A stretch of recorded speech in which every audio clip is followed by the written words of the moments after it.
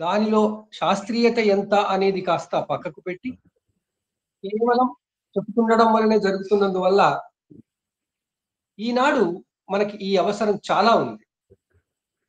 అందరికీ మార్గదర్శకంగా వయసులో పెద్ద అయినా సరే ఎక్కువ మంది గురువులు మనకి జ్యోతిర్వాణి కార్యక్రమంలో వస్తూ వారి పరిశోధనలు మనతో పంచుకుంటున్నారు. ఆ క్రమంలో ఈ రోజు పట్టా పుచ్చుకున్న ఆ అకేషన్ అనుకోండి, దాని ప్రకారంగా అది కేవలం నామకార్థమే. కానీ వారి యొక్క జ్యోతిర్వాణి మనకి ఎప్పుడు కావాల్సి ఉంటుంది, వస్తూనే ఉంటుంది. ఈ క్రమంలో మనకి ఈ మధ్య మన కార్యక్రమం గురించి తెలిసి వచ్చినటువంటి వారు కృష్ణకాంత్ గారు. వారు మనకి న్యాచురోపతికి సంబంధించి ఎన్నో మంచి విషయాలు చెప్పడం మొదలు పెట్టారు. మన కార్యక్రమానికి తగ్గట్టుగా, మన ఉద్దేశానికి, లక్ష్యానికి తగ్గట్టుగా వారు మనకి తన విజ్ఞానాన్ని పంచుకుంటూ వస్తున్నారు. యాదృచ్ఛికం ఏమిటంటే వారు కూడా అక్కడి కాలేజీలో హెచ్ఓడిగా ఉండి, తెలుగు జ్యోతిష్ శాస్త్రానికి సంబంధించిన హెచ్ఓడిగా ఉండి, ఈ మన ఇద్దరు గురువుల యొక్క పట్టాలు తీసుకునే దగ్గర వారు కూడా తమ ప్రెజెన్స్ ఉంచారు. సో జ్యోతిర్వాణి ఈ ముగ్గురు మూర్తులతో అక్కడ ఉండింది. ఆ జ్యోతిష సరస్వతి వారిని సత్కరించింది అనుకోవాలి.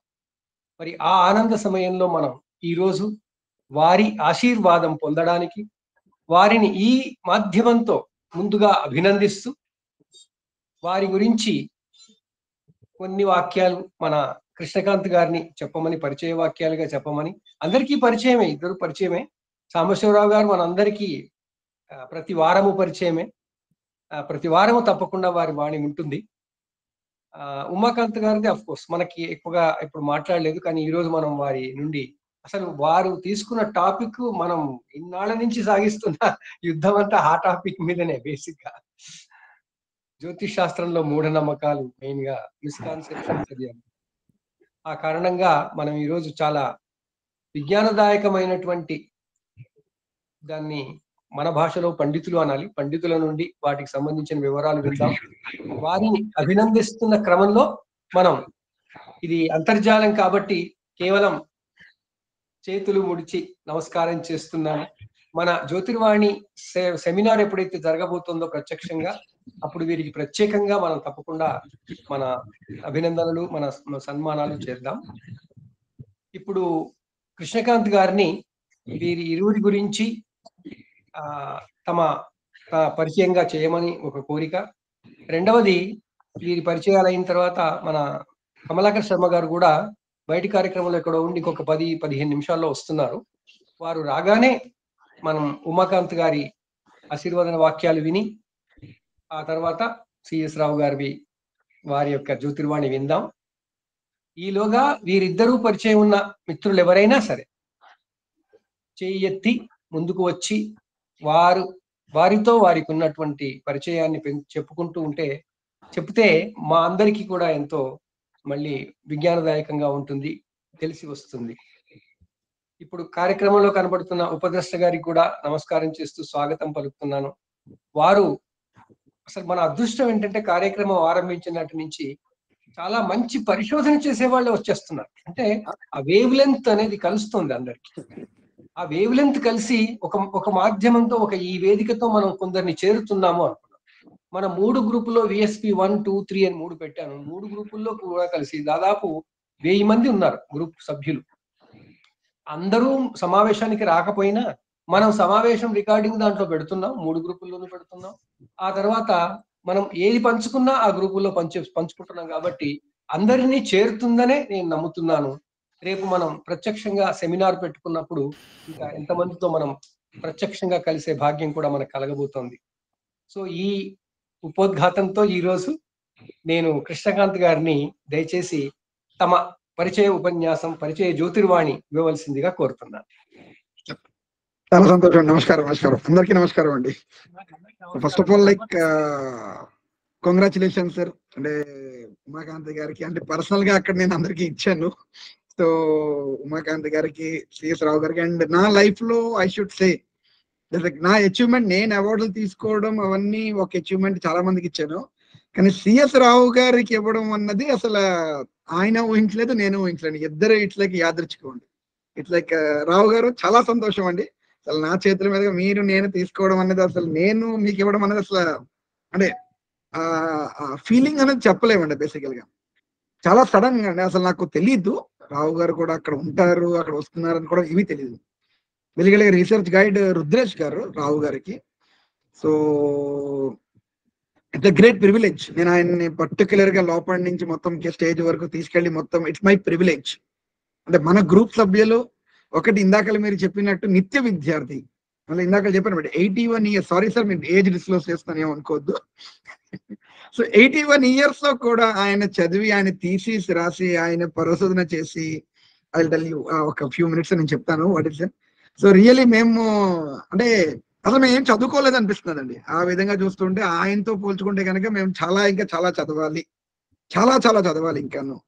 సో మీ ఆశీర్వాదం మాకు కావాలి సార్, రావు గారు అండ్ ఉమాకాంత్ గారు. We require your blessings for all our young generations. మీ అందరి ఆశీర్వాదం మాకు కావాలి. సో రావు గారి గురించి నేను ఆస్ట్రాలజీ జర్నీ గురించి చెప్పక్కర్లేదండి. బికాస్ ఎవ్రీబడి, ఎవరైతే ఎంతమంది ఉన్నారో ఇక్కడ అందరిమందికి రావు గారు, సిఎస్ రావు గారి కోసం అందరికీ తెలుసు. As a HOD in Maharshi college, నేను హైదరాబాద్ లో ఉంటాను. అంటే ఇప్పటిదాకా ఫ్రాంక్లీ స్పీకింగ్ శాస్త్రి గారు కూడా ఎప్పుడు చెప్పలేదు. నాకు తెలిసి శాస్త్రి గారికి కూడా నేను ఎప్పుడు సరే హెచ్ఓడినే ఉన్నాను అక్కడ నేను చేస్తున్నాను, కానీ ఎప్పుడు మన ఏ సందర్భంలో కూడా చెప్పలేదు.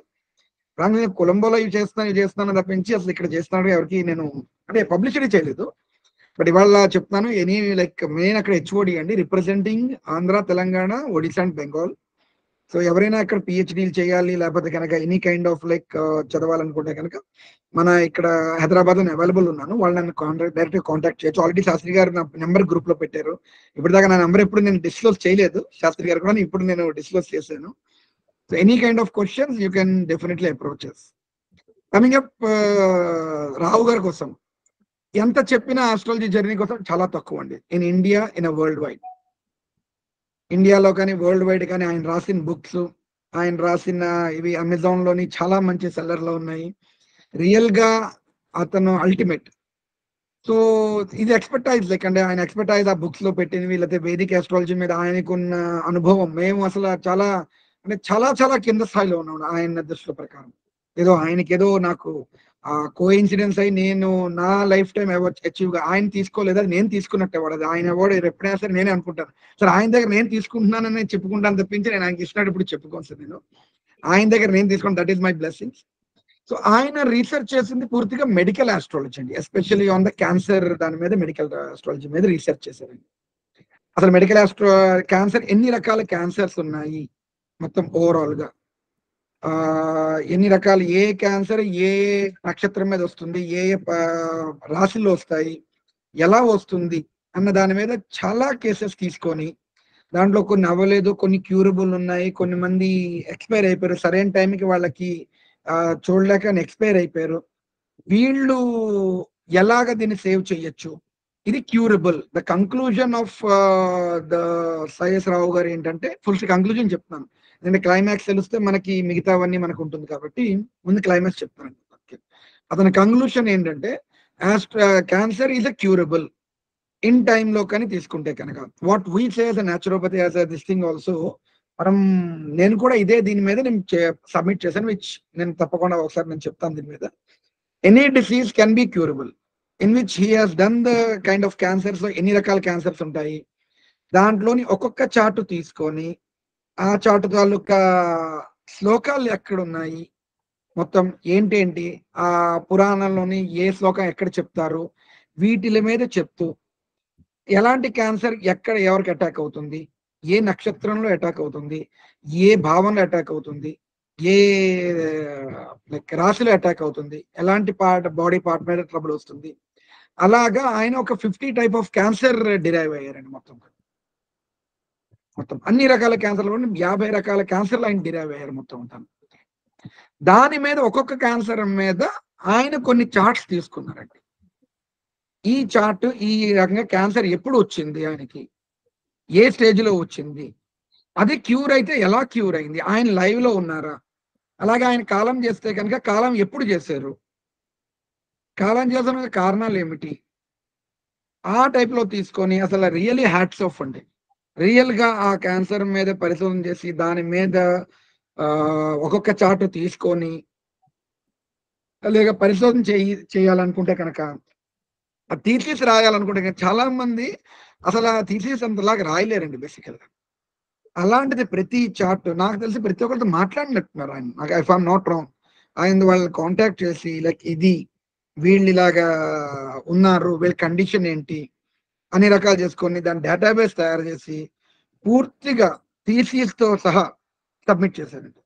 అంటే నాకు చిన్న కన్ఫ్యూజన్ ఏంటి వచ్చిందంటే ఆయన ఎప్పుడు సిఎస్ రావు గారు అని అంటాం మనం ఎప్పుడు, కానీ ఆయన ఇంటి పేరు సాంబశివరావు గారు అని చెప్పేసి అక్కడ నేను ఆయన పేరు సర్టిఫికెట్ లో చూసే వరకు నాకు తెలియదు. అది నాకు అతను సిఎస్ రావు గారు అది పేరు నాకు తెలుసుంటే నేనే వెళ్ళిపోతుంది, సార్ నేను ఉన్నాను సార్ మీకు ఎందుకని చెప్పేసి నేను డైరెక్ట్గా వెళ్ళిపోయేవాడిని.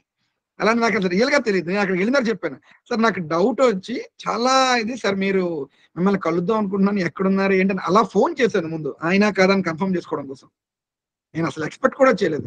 ఆయన నేనున్నాను ఉదయపూర్లో ఉన్నానంటే కనుక ఎక్కడున్నారంటే సో అండ్ సో ఇక్కడ ఉన్నానంటే వెంటనే వెళ్ళి కలిసి ముందు ఆయన ఆశీర్వాదం తీసుకొని సార్ నేను ఇక్కడ ఉన్నాను సార్ అంటే కనుక ఆయనకి ఒక రకమైన అన్నారనమాట, సార్ ఇక్కడ మీరు ఉన్నారు అంటే చాలండి నాకు ఒక రకమైన ఒక ఫీల్ వచ్చింది. అంటే ఒక చూడండి ఏదో విదేశాల్లో వెళ్ళి మనకు తెలిసిన వాళ్ళు రెగ్యులర్ గా వారం వారం కలుస్తున్న వాళ్ళు అక్కడ కనిపించారు, ఒక రకమైన ఎలా అయితే ఆత్మీయత వస్తుందో అలాగా ఆయనకు ఒక బలం వచ్చి నేను కూడా అక్కడ నాకు కూడా చాలా ఆనందం. సో ఈ రకంగా సో రియల్లీ ఆయన అంటే లైక్ ఏ భుక్తిలో వస్తుంది దశ భుక్తిలోని అంత టైమింగ్ ఆఫ్ ఈవెంట్ అంటాం అది ఆయన పర్టికులర్ గా చెప్పారు నాకు.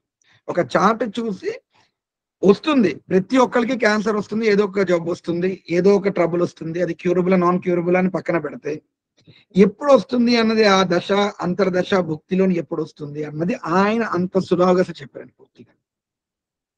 అలాగే ప్రతి ఒక్క కాంబినేషన్స్ ఆ ప్లానెటరీ ట్రాన్సిట్స్ ఏ ట్రాన్సిట్స్ లో ఇది అటాక్ తీవ్రంగా ఉంటుంది, ఆ బాడీ పార్ట్ ఏ బాడీ పైన ప్రభావం చేస్తుంది, వీళ్ళకి ఎప్పుడు మనం ట్రీట్మెంట్ ఇస్తే మనకి సెట్ అవుతుంది, అది కూడా ఇన్ డీటెయిల్ ప్రతి ఒక్క చార్ట్ వాళ్ళ షడ్బల స్ట్రెంగ్త్ నేను మొత్తం అన్ని స్క్రీన్ షాట్స్ పెడతానండి గ్రూప్ లో. ఆయన with due respect like and taking the permission from CS Rao గారు ఒక్కొక్క చార్ట్ కోసం ఎలా రాశారు అన్నది మీకు చూస్తే అల్టిమేట్ అండి.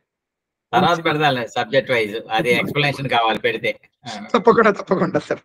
సో అది ఒక్కొక్క చార్ట్ ఒక్కొక్కటి ఇది చక్కగా ఎక్స్ప్లెయిన్ చేసి మొత్తం కలిపి ఒక 2 years అండి, 1.5 year కంటిన్యూస్ ఆయన he was in directly contact with us.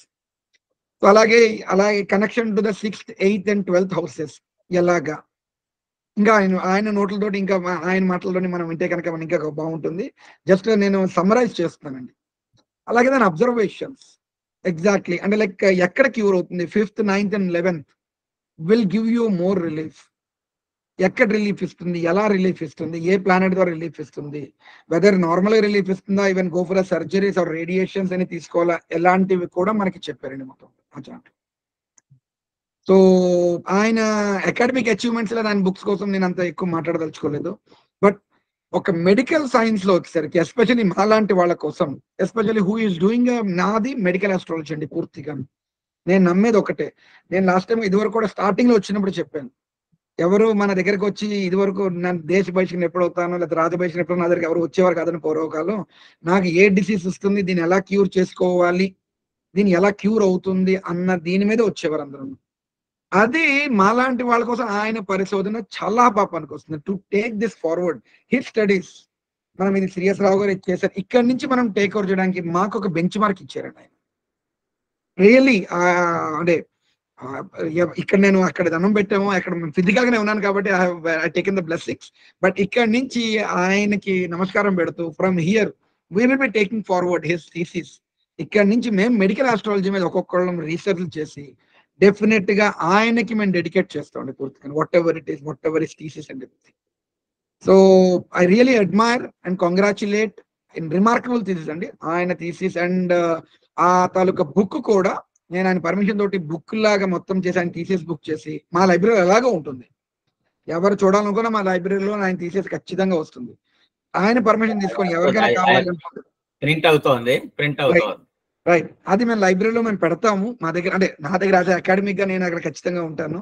So అదే అకాడమిక్ గా నేను నా దగ్గర ఎప్పుడు ఆ బుక్ ఉంటుంది. ఆయన valuable any kind of things in terms of like research, thesis, whatever the topic, academic guide నేను ఆల్ ఇండియా లెవెల్లో గైడ్ చేస్తానండి. మీకు తెలుసు నేను రకరకాల 8 భాషలు మాట్లాడుతుంటా. సో రకరకాల మంది గైడ్ చేస్తున్నాను. సో ఎవరైనా సరే రావాలనుకుంటే కనుక తప్పకుండా నా నెంబర్ ఉంది, ప్లీజ్ కాంటాక్ట్ మీ. దయచేసి కాల్ ఎత్తకపోతే వాట్సాప్ చేయండి, తప్పకుండా ఐ విల్ డెఫినెట్లీ. సో రావు గారు ఎంత చెప్పినా మీ గురించి నేను చాలా తక్కువ sir. So I don't want to make much time. I really like congratulating you as a HOD of Maharishi College. Thank you so much for joining with us, and it's a very honor to award your degree as a, I should not say from henceforth, I will always say CS Rao garu kadandi, Dr. Rao garu ani valli nunchi nenu marustanu sir. So Dr. Rao garu, thank you so much andi, thank you so much. Rao garu, over to you andi, thank you so much andi.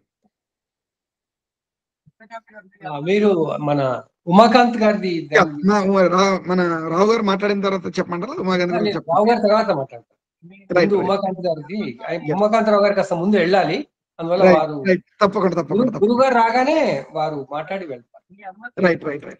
So this is what like about this thing, and HOD of that college, another student Umakant గారు కూడా నేను అక్కడ కూర్చి నన్ను చూసి హైదరాబాద్ నుంచి అన్నారు ఒకళ్ళు. ఫ్రాంక్లీ స్పీకింగ్ నన్ను తెలీదు, అంటే ఏదో చూసారు కానీ ఇప్పుడు పరిచయం లేదు.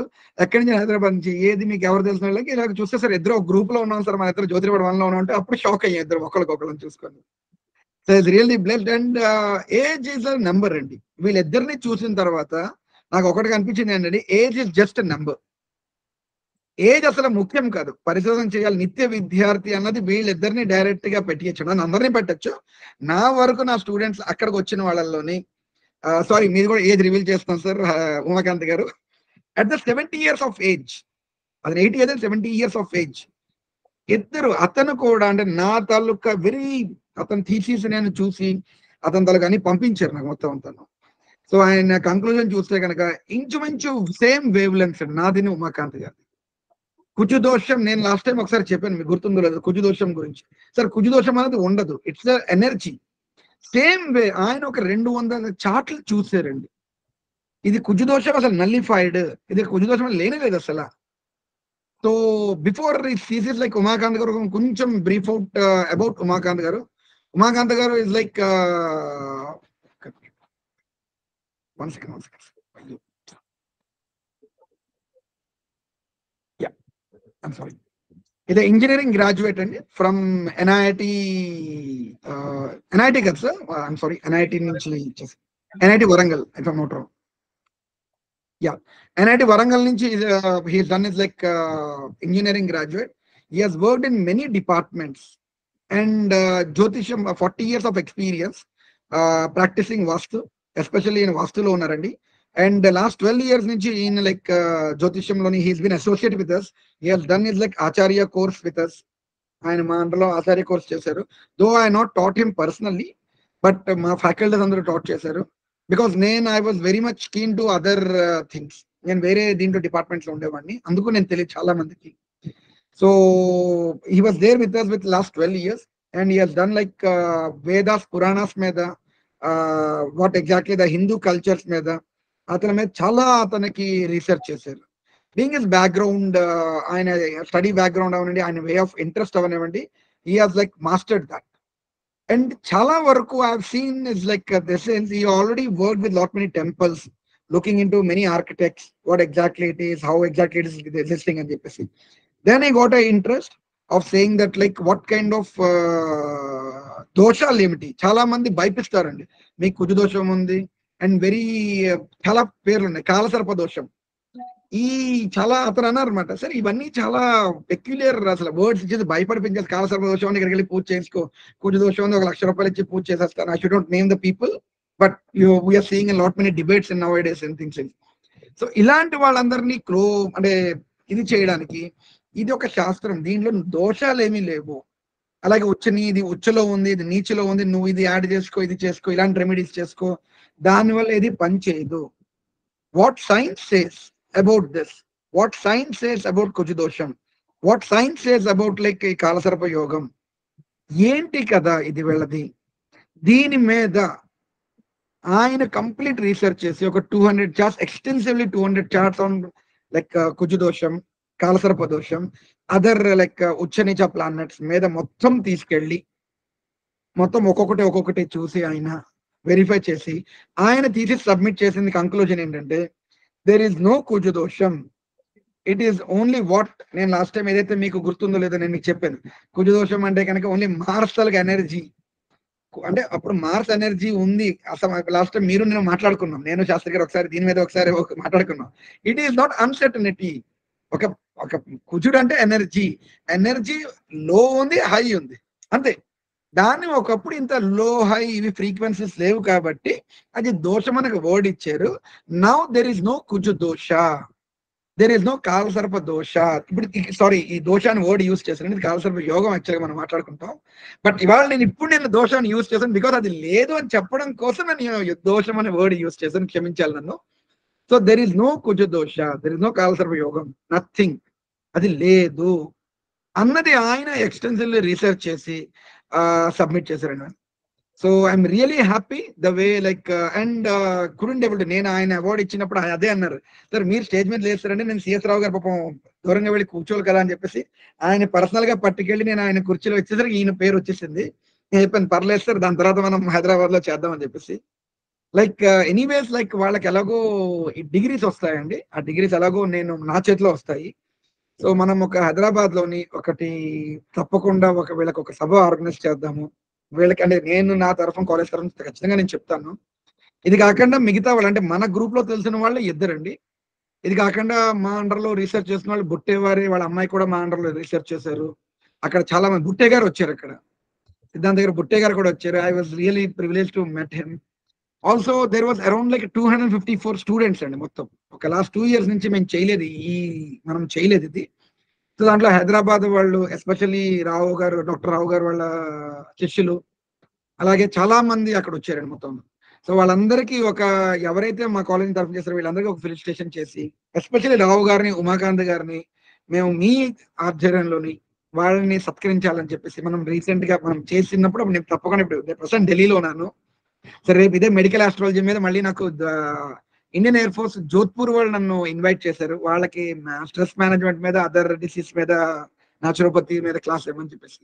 సో రేపు వెళ్ళండి నేను జోధ్పూర్ లో ఉంటాను. సో నేను వచ్చిన తర్వాత పర్సనల్ గా రావు గారిని మిమ్మల్ని అందరినీ కలిసి అది ఎప్పుడు చేద్దాం, ఎలా చేద్దాం అని చెప్పేసి ఇలాంటి పెద్దవాళ్ళ బ్లెస్సింగ్స్ తీసుకుంటే రేపు ఉదయం coming of the generations, especially Rao గారిది, ఉమాకాంత్ గారిది, వాళ్ళ బ్లెస్సింగ్ తీసుకుంటే వాళ్ళ తాలూకా థీసిస్ ని మనం ఫర్దర్ గా క్యారీ ఫార్వర్డ్ చేయడానికి మనకి ఇది చాలా బాగా పనికొస్తుంది. That is what my and remaining అతన్ని అడిగి అతను పర్మిషన్ తీసుకున్న ప్రింటింగ్ అవుతున్నారు కాబట్టి ఆ పర్సనల్ సభలోని I will be displaying is all the thesis what exactly it is, ఎలా చేశారో ఇంకా వివరంగా. అంటే నేను ప్రెజెంటేషన్ చూపించట్లేదు బికాస్ నా స్కెడ్యూల్ కొంచెం బిజీ అవడం వల్ల నేను చేయలేకపోయాను. సో ఆ రోజు పర్సనల్ గా వచ్చినప్పుడు ఖచ్చితంగా ఇవన్నీ నేను చూపించి ఇది రావు గారు చేసింది, ఈ ఆణిముత్యాలు ఇవి, వాళ్ళకి రాసిచ్చినవి ఇవి అని నేను ఖచ్చితంగా అక్కడ నేను చూపిస్తాను. So thank you so much అండి. First of all like and congratulating both of you as HOD department, HOD of Andhra and Telangana. Especially Telugu people కోసం నేను ఇక్కడ అపాయింట్ అయ్యాను. గత 2 years నుంచి నేను ఉన్నాను అక్కడ. సో నా తరఫులో వాళ్ళిద్దరిని అందుకోవడం, అక్కడ చూడడం, ఫెలిసిటేషన్ చేయడం, it is a great honour to me. First of all thank you so much doctor Rao గారు అండ్ డాక్టర్ ఉమాకాంత్ గారు. Thank you so much. It's been pleasure giving awards to you. Thank you so much, sir. ధన్యవాదాలు కృష్ణకాంత్ గారు. ఇప్పుడు మనం శ్రీ గురుభ్యో నమః అని గురువులకు నిజంగా నమస్కారం చేసుకోవాలి. మీరు చెప్తున్నప్పుడు 2 మాటలు నాకు గుర్తొచ్చాయి. వారి ఆ ఏజ్ లో కూడా చేశారు అని. నాకు వెంటనే ఏం గుర్తొచ్చిందంటే ఋషుల గురించి చూసినప్పుడు మనకి ఏ ఋషి చూసినా ఏజ్డ్ ఋషే కనబడతాడు.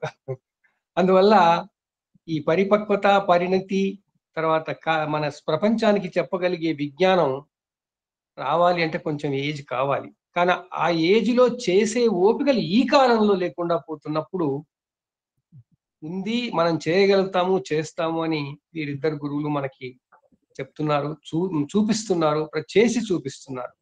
అందువల్ల ఈ ఇద్దరికి ముందు మరొకసారి సాదర నమస్కారాలు, అభినందనలతో మన అందరికీ కూడా లాభదాయకమైన, ప్రయోజనకరమైనటువంటి విషయాలు వారి నుండి మనకు లభిస్తాయి. కాబట్టి పర్టికులర్ గా ఉమాకాంత్ గారిని తప్పకుండా ప్రతి కార్యక్రమంలో మీరు కూడా ఏదైనా ఒకటి మీ జ్యోతిర్వాణి వినిపించాలని కోరుకుంటూ, ఇప్పుడు ప్రస్తుతం మొదటగా మన ఉమాకాంత్ గారిని తమ జ్యోతిర్వాణి ఆశీర్వచనాలు, జ్యోతిర్వాణి కార్యక్రమానికి ఆశీర్వచనం. మీరు ఈ ఎన్నుకున్న సందర్భంగా మీ మీ పరిశోధన విషయానికి సంబంధించింది కూడా దయచేసి కొంచెం చెప్తే, మీరు గమనిస్తూనే ఉండుంటారు మన కార్యక్రమంలో మనం దీంట్లో ఉన్న శాస్త్రీయతని తీసుకురావాలి, వెలికి తీసుకురావాలి, దాన్ని జనానికి పంచాలి అనే తాపత్రయంలో ఉన్నాం.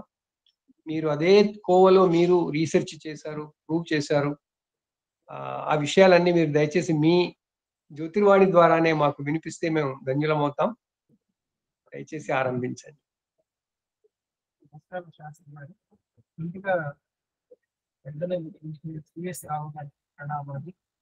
సార్ మీ వాయిస్ క్రాక్ అవుతున్నారు సార్. వాయిస్ క్రాక్ అవుతుందా? వినబడుతుందండి?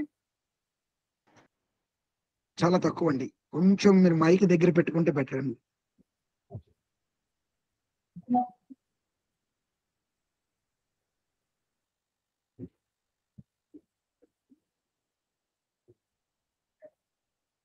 పెద్దలైనటువంటి సిఎస్ రావు గారికి ప్రణామాలు. ఎందుకంటే నాకు వారిని దర్శించేటువంటి భాగ్యం అక్కడ తగలేదు. ఎందుకంటే నాకు వారి పదాలని తెలవకపోవడం వల్ల, అందువల్ల నేను వారికి పర్సనల్ గా ప్రణామాలు తెలియజేయాలి. అలాగే వారికి ఈ సందర్భంలో నా శుభాభినందనలు, అలాగే ప్రణామాలు. మిగతా పెద్దలైనటువంటి ఉపద్రష్ట గారు లాంటి వారు, నాకంటే వయసులో పెద్దలైనటువంటి వారు అందరికీ కూడా నా ప్రణామాలు. మాకంటే వయసులో చిన్నవారి ఈ సందర్భంగా నాది నేను ప్రాక్టికల్గా నేను స్ట్రక్చర్ ఇంజనీర్, ఎన్ఐటి వరంగల్ నుంచి ఎంటెక్ స్ట్రక్చర్ ఇంజనీరింగ్ చేశాను. చేసి గవర్నమెంట్ లో చీఫ్ ఇంజనీర్ గా పనిచేసి రిటైర్ అయినా 2011లో రిటైర్ అయింది. అసలు నాకు ఇంజనీరింగ్ వాస్తుతో ఉన్నటువంటి సంబంధం అనే దాన్ని యాజ్ ఎ సివిల్ ఇంజనీర్ గా నేను అబ్జర్వ్ చేయడం మొదలుపెట్టాను. అప్పుడు నాకు మధుర కృష్ణమూర్తి శాస్త్రి గారి పుస్తకాలు, చాలా గ్రంథాలు నేను పఠించడం జరిగిందన్నమాట. దాదాపుగా వాళ్ళ పెద్ద లైబ్రరీ ఉంది. అక్కడ ఈ పురాతనమైనటువంటి గ్రంథాలు దాదాపు 128 గ్రంథాలు అక్కడ లభ్యమైనాయి. కొంతకాలం సెలవులో ఉండటం వల్ల నేను వెళ్ళి ఆ గ్రంథాలను కూడా పరిశీలించి అసలు వాస్తు అనే దాని గురించి ప్రథమంగా నేను నా స్టడీని మొదలు పెట్టాను. ఇది చేస్తున్నప్పుడు నాకు వాస్తుకి జ్యోతిష్యానికి కూడా సంబంధం ఉంది అనేటువంటి విషయం నాకు అవగతమైంది. అంటే జ్యోతిష్యం రాకుండా, జ్యోతిష్యం నేర్చుకోకుండా మనం వాస్తు చెప్పడం అనేది కూడా అది పరిపూర్ణత లభిస్తదు దానికి అనేటువంటి నాకు అవగతమైంది. తర్వాత జ్యోతిష్యం ప్రాక్టీస్ చేయడం, అంటే జ్యోతిష్యం నేర్చుకోవడం, పెద్ద పెద్ద వాళ్ళు రాసినటువంటి గ్రంథాలు, పరాశర లాంటి గ్రంథాలు, దాన్ని రకరకాల పెద్దల విషయాలు రాసిన పుస్తకాలన్నింటినీ కూడా నేను రిటైర్ అయిన తర్వాత నాకు చాలా సమయం దొరికింది చదవడానికి. గవర్నమెంట్ లో ఉన్నప్పుడు నాకు అంత టైం దొరికేది కాదు. పొద్దున ఎప్పుడో వచ్చి రాత్రి పంపించే వచ్చేవారు. అందువల్ల ఈ రిటైర్ అయినటువంటి సమయాన్ని పురాణాలు, వేదాలు, గ్రంథాలు, మహాభారతం, రామాయణం ఇవన్నీ కూడా, వీటితో పాటు జ్యోతిష్ శాస్త్రానికి సంబంధించినటువంటి బుక్స్ అన్నింటినీ కూడా నేను చాలా అంటే దాన్ని పరిశోధన దృష్టితోనే వాటిని చదివాను. అంటే ఏదో ఋషులు చెప్పారు, కొన్ని శ్లోకాలు రాశారు అని కాకుండా వీటి వెనుకట ఉన్నటువంటి శాస్త్రీయత ఏంటి, గ్రహాలు మానవ జీవితాన్ని ప్రభావితం చేస్తాయి అంటే ఏ విధంగా చేస్తాయి, ఎక్కడో కోట్ల కిలోమీటర్ల దూరంలో ఉన్నటువంటి గ్రహం మానవ జీవితం మీద ఎలా ప్రభావం చూపిస్తుంది, ఇలాంటి వాటన్నిటికీ మనం శాస్త్రీయంగా కనుక చెప్పగలిగితే ఇప్పటి యువతరం అందరూ కూడా అర్థం చేసుకుంటారు. అంతేగాని ఏదో అలానా గ్రహం ఉంది, రాహు ఉన్నాడు, కేతు ఉన్నాడు, ఇది నష్టం చేస్తాడు, శనిస్తున్నాడు, ఇలాంటివి మనం ఏదో ఒక అశాస్త్రీయంగా చెప్పినట్లయితే యువత ప్రధానంగా వాటిని స్వీకరించరు అనేటువంటిది నాకు అనిపించింది. తర్వాత ఏం చేశారంటే ఇది శాస్త్రీయ దృక్పథంతో పరిశీలన మొదలుపెట్టిన తర్వాత నాకు ఈ యూట్యూబ్ టీవీ ఛానళ్లలో ముఖ్యంగా చాలా మంది, టీవీ ఛానల్లో వచ్చే వారందరూ కూడా అసత్యాలు చెప్తున్నారని కాదు, కానీ కొంతమంది శాస్త్రీయ జ్యోతిష్యానికి భ్రష్టు పట్టే విధంగా అశాస్త్రీయమైనటువంటి విషయాలను చెప్తూ కొంతమంది ప్రజల్ని కూడా భయభ్రాంతులను చేస్తున్నటువంటి సందర్భాలు కొన్ని గమనించారు అన్నమాట. ఇది గమనించినప్పుడు మనం ఎందుకు ఈ శాస్త్రంలో ఉన్నటువంటి జ్యోతిష్ శాస్త్రం చాలా పవిత్రమైనటువంటిది, మనం అదొక వేదాల్లో ఒక అంగమైనటువంటిది, దాన్ని మనము శాస్త్రీయంగా ఇప్పటి తరానికి ఇప్పటి యువతకి చెప్పకూడదు, ఒక ప్రయత్నం ఎందుకు చేయకూడదు? మనం అందరికీ ఈ శాస్త్రాన్ని అందించలేకపోవచ్చు, కానీ కొంతమంది కన్నా మన పరిధిలో చేయవచ్చు కదా అనే ఉద్దేశంతో ఆ పరిశోధన చేశారు, చదివారు. తర్వాత చాలా మంది పండితులు దోషాలు ఉన్నాయని చెప్పినప్పుడు వాటి పరిహారాలు కూడా చెప్తున్నారు. అయ్యా మీరు ఈ దానం ఇవ్వండి, శని కనుక బాగా లేకపోతే ఈ శని దానం ఇవ్వండి, రాహు దానం ఇవ్వండి, ఇట్లా దాన ప్రక్రియలు, హోమాలు ఇలాంటివన్నీ చెప్తున్నారు. వీటి వెనకాల ఉన్నటువంటి శాస్త్రీయత ఈ యొక్క ప్రక్రియలు మనకి ఎక్కడ చెప్పబడ్డాయి? అసలు నిజంగా శాస్త్రంలో ఈ రెమెడీస్ గురించి చెప్పారా? చెప్తే దానికి ఏ విధంగా శాస్త్రీయత ఉంది అనేటువంటి విషయాన్ని కూడా నేను పరిశీలన చేశాను. పరిశీలన చేసినప్పుడు వీటికి కూడా కొంత శాస్త్రీయత అనేది ఉంది అనేటువంటిది నాకు ఎస్టాబ్లిష్ అవుతుంది. దాన్ని కూడా నేను నా యొక్క థీసిస్ పార్ట్ లో ఎక్స్ప్లెయిన్ చేశాను. కాకపోతే దోషాలకు వచ్చినప్పుడు నేను చాలా మంది వ్యక్తిగతంగా వాటిని కలిశానండి. అంటే చాలా మంది చార్ట్ అనాలిసిస్ చేశాను. చార్ట్ ఏదో తీసుకొని వాళ్ళకి దూరంగా ఉండి అనలైజ్ చేయడమే కాకుండా వారితో వ్యక్తిగతంగా కలిసి వారు నా దగ్గర కలిశారు. కలిసిన వాళ్ళని డాక్టర్ ఏ విధంగా అయితే వైద్యుడు వాడి శరీరం పరీక్ష చేసిన తర్వాత రోగ నిర్ధారణ చేస్తాడు, అలాగే మనం చార్ట్ ని జస్ట్ పరిశీలించి ఆ చార్ట్ ప్రకారం ఇతనికి వ్యక్తిగతంగా ఈ దోషాలు ఉన్నాయి, వీటికి రెమెడీస్ చేయాలి అనేటువంటి చెప్పడం కాకుండా మనం వ్యక్తిగతంగా ఆ వ్యక్తిని మాట్లాడి అతని యొక్క పూర్తి జన్మించినప్పటి నుంచి జరిగినటువంటి సంఘటనలు అవన్నీ కూడా మనం పరిశీలించినట్లయితే వైద్యుడు ఫిజికల్ గా ఎగ్జామిన్ చేస్తే అతనికి ఎలా రోగ నిర్ధారణ కరెక్ట్ గా జరుగుతుందో మనకు కూడా అలాగే కరెక్ట్ నిర్ధారణ వస్తుంది అనేటువంటిది నేను కొంత అర్థం చేసుకున్నాను. అలా వాటితో వ్యక్తిగతంగా మాట్లాడిన తర్వాత ఈ చార్ట్ లో ఏదైతే గ్రహాల యొక్క కాంబినేషన్స్ ఏవైతే చెప్తున్నాయో దీనికి ఆయన వ్యక్తిగత జీవితంలో జరుగుతున్నటువంటి వాటికి కోరిలేషన్ ఏ విధంగా ఉంది, ఇక్కడ శాస్త్రం చెప్తున్నది ఏమిటి, వాళ్ళ వ్యక్తిగత జీవితంలో జరుగుతున్నది ఏమిటి అనేటువంటి విషయాలని నేను పరిశీలన చేసుకున్నాను. చేసుకున్న తర్వాత ఈ దోషాల మీద కాన్సన్ట్రేట్ చేసినప్పుడు చాలా సందర్భాలలో, చాలా అంటే దాదాపు 98% సందర్భాలలో ఈ కుజ దోషం కానివ్వండి, కాలసర్ప దోషం కానివ్వండి, అసలు అది వర్కౌట్ కావడం లేదు అనేటువంటి నాకు నిర్ధారణ చెప్తారు. ఇవన్నీ కూడా ప్రజలకి చూపించి అంటే ప్రజల యొక్క ఎవరినైనా ఒక వ్యక్తిని నా కంట్రోల్లో తెచ్చుకోవాలి అంటే నేను మొదలు అతనికి భయపెట్టాలి, ఆయన యొక్క బలహీనతలని నేను ఎత్తి చూపాలి. ఆ విధంగా ఈ యొక్క చార్ట్ లో పట్టుకొని అతన్ని భయపెట్టినట్టయితే నేను పెద్ద సిద్ధాంతం అయిపోతాను అనేటువంటి దృక్పథం గల కొంతమంది వల్ల, నేను అందరూ అంటలేదు, కొంతమంది వల్ల ఈ శాస్త్రీయత దెబ్బతిస్తోంది అనేటువంటి దాని మీద నాకు అర్థమైంది. అప్పుడు ఈ ఆస్పెక్ట్స్ అన్నింటినీ స్టడీ చేసుకుంటూ వెళ్ళానండి. ఫర్ ఎగ్జాంపుల్ కుజుడు కనుక సప్తమంలో ఉన్నట్లయితే వివాహ దోషం వస్తుందని జనరలైజ్ చేసి చెప్తారు.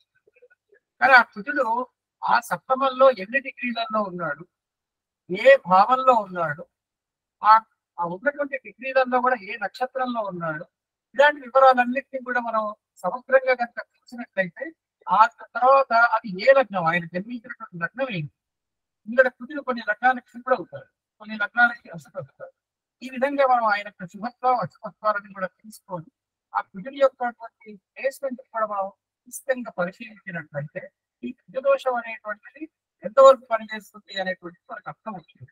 అలాగే వివిధ శుభగ్రహాల యొక్క ఆస్పెక్ట్స్ కానివ్వండి, వీటన్నిటిని కూడా మనం అకౌంట్ లోకి తీసుకోవాలి. అంతేగాని ఒకటే ప్రిన్సిపల్ ని మనం పెట్టుకొని ఈ ఒక 2 కానీ తర్వాత 7 కానీ 12 కానీ 8 స్థానాల్లో పెట్టుకున్నట్లయితే ఈ కుజ దోషం దీనివల్ల ఇంత భయంకరమైన ఫలితాలు వస్తాయి అని జనరలైజ్ చేసేసి వాళ్ళు భయపెట్టడం అనేది సామాజికటువంటి పద్ధతులలో శాస్త్రీయత లేదు అనేటువంటి నాకు నేను నిర్ధారణకు చాలా మంది జీవితాల్లో ఇది చూశాను. అలాగే కాలసర్ప దోషం మీద కూడా ఇదే అనాలిసిస్ చేశారు. యాక్చువల్ గా మనకి పరాశరుల వారి కాలసర్ప దోషం చెప్పలేదండి. ఇది ఎలా వచ్చింది అనేటువంటి అంటే సంస్కృతంలో కొన్ని శ్లోకాలు ఉన్నాయి. కాలసర్ప దోషం అని, అది యోగం అనండి, కొన్ని సందర్భాలు అది యోగం అని చెప్తున్నారు, కొన్నిసార్లు దోషం అని చెప్తున్నారు. కానీ దోషం కిందనే ఎక్కువగా ఇది ప్రచారంలో ఉంది. కాలసర్ప దోషం నీకు ఉంది కాబట్టి మీరు వెంటనే కాళహస్తికి వెళ్ళిపోండి, అక్కడ ఈ పూజలు చేయండి అనేటువంటిది మనకి సామాన్యంగా ఉన్నటువంటి, సామాన్యంగా గారు కానివ్వండి, కొంతమంది పట్టింపు గారు చెప్తున్నటువంటి విషయం. అది ఎందుకు చేయాలి, దాని వెనక శాస్త్రీయత ఏంటి అనేటువంటి మాత్రం ఎవరు ఎక్స్ప్లెయిన్ చేయడం లేదు. దీనికి సంబంధించినటువంటి దాని మీద కూడా నేను అందరూ ఎక్స్ప్లెయిన్ చేశాను నాకు. అలాగే శని అనగానే ఒక చెడు అనేటువంటి శని భగవానుడు, మనం శనీశ్వరుడిని మనం శని అనకూడదు, శనీశ్వరుడు అని అనాలి, శని భగవానుడు అనాలి. అలాగే రాహు కేతు అని అనకూడదు, అది రాహు దేవత, రాహు కేతు దైవత్వం ఇవ్వబడింది. కాబట్టి గ్రహాలని కూడా మనం దైవ సమానులుగా ట్రీట్ చేసుకుంటూ మనం మాట్లాడాలి. అంతేగాని వీళ్ళకి శని పెట్టాడు, శని మహాదశ వచ్చింది, అష్టమ శని లేకపోతే చతుర్దశి అర్ధాష్టమ శని, వీళ్ళకి ఏళ్ళనాటి శని అని ఇవన్నీ కూడా భయపెట్టు ప్రజల్ని భయభ్రాంతరం చేయడం అనేటువంటిది ఇప్పుడు ఎక్కువగా జరుగుతున్నట్టు.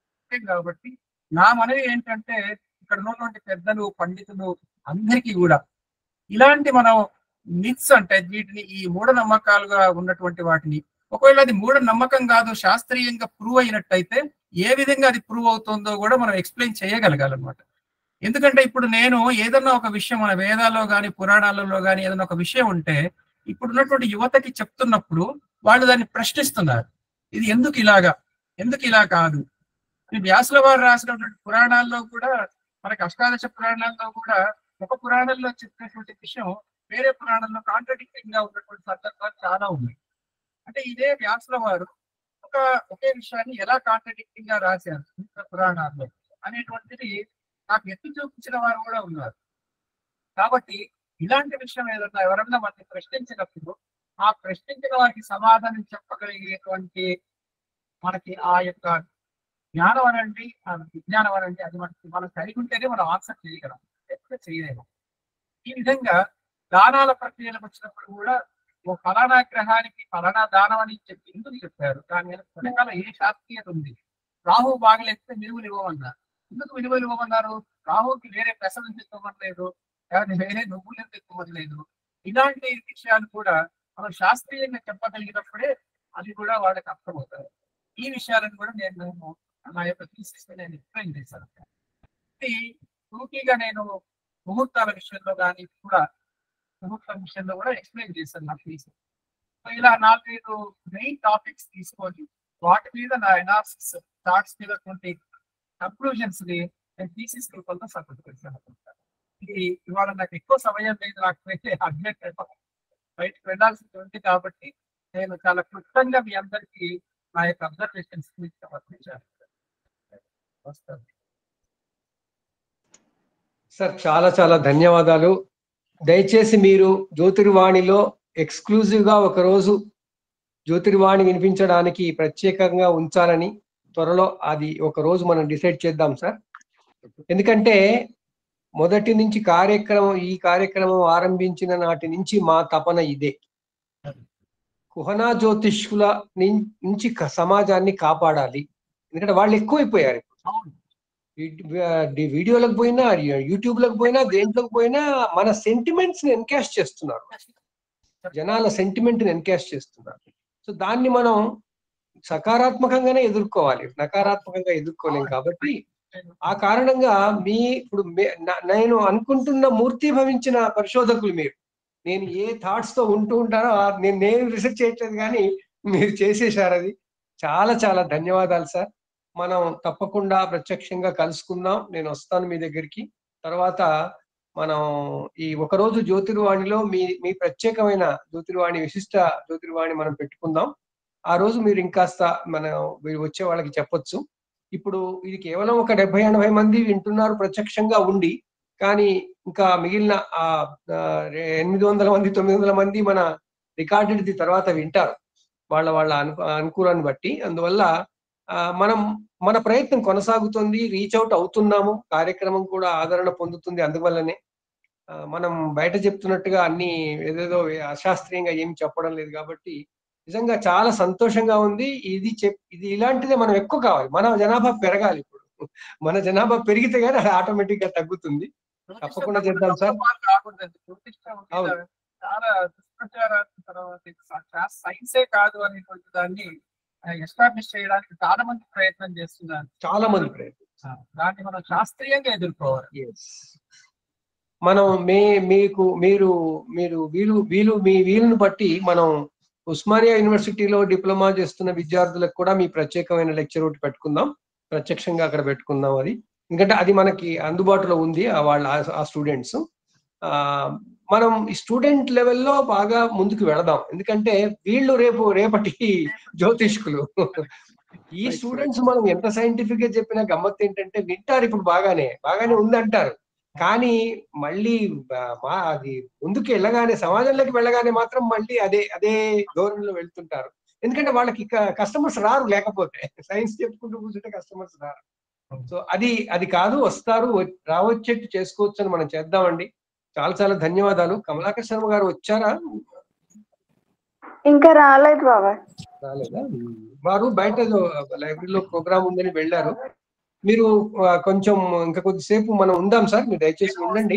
గారి ఆడిత్యాలు వారి నోటిఫికేషన్ విని నేను వెళ్తానండి. సరే 9 o'clock వరకు నాకు ఓకే, అట్లయితే పర్వాలేదు. చాలా మంది సార్. అయితే నేను ముందుగా మీకోసం సిఎస్ రావు గారిని తమ జ్యోతిర్వాణి చెప్పమని రిక్వెస్ట్ చేస్తాను. తర్వాత మళ్ళీ మీ ఇద్దరి వాటి గురించి అందరంతో మాట్లాడదాం. మన ఉపద్రష్ట గారు మాట్లాడతారు 2 మాటలు.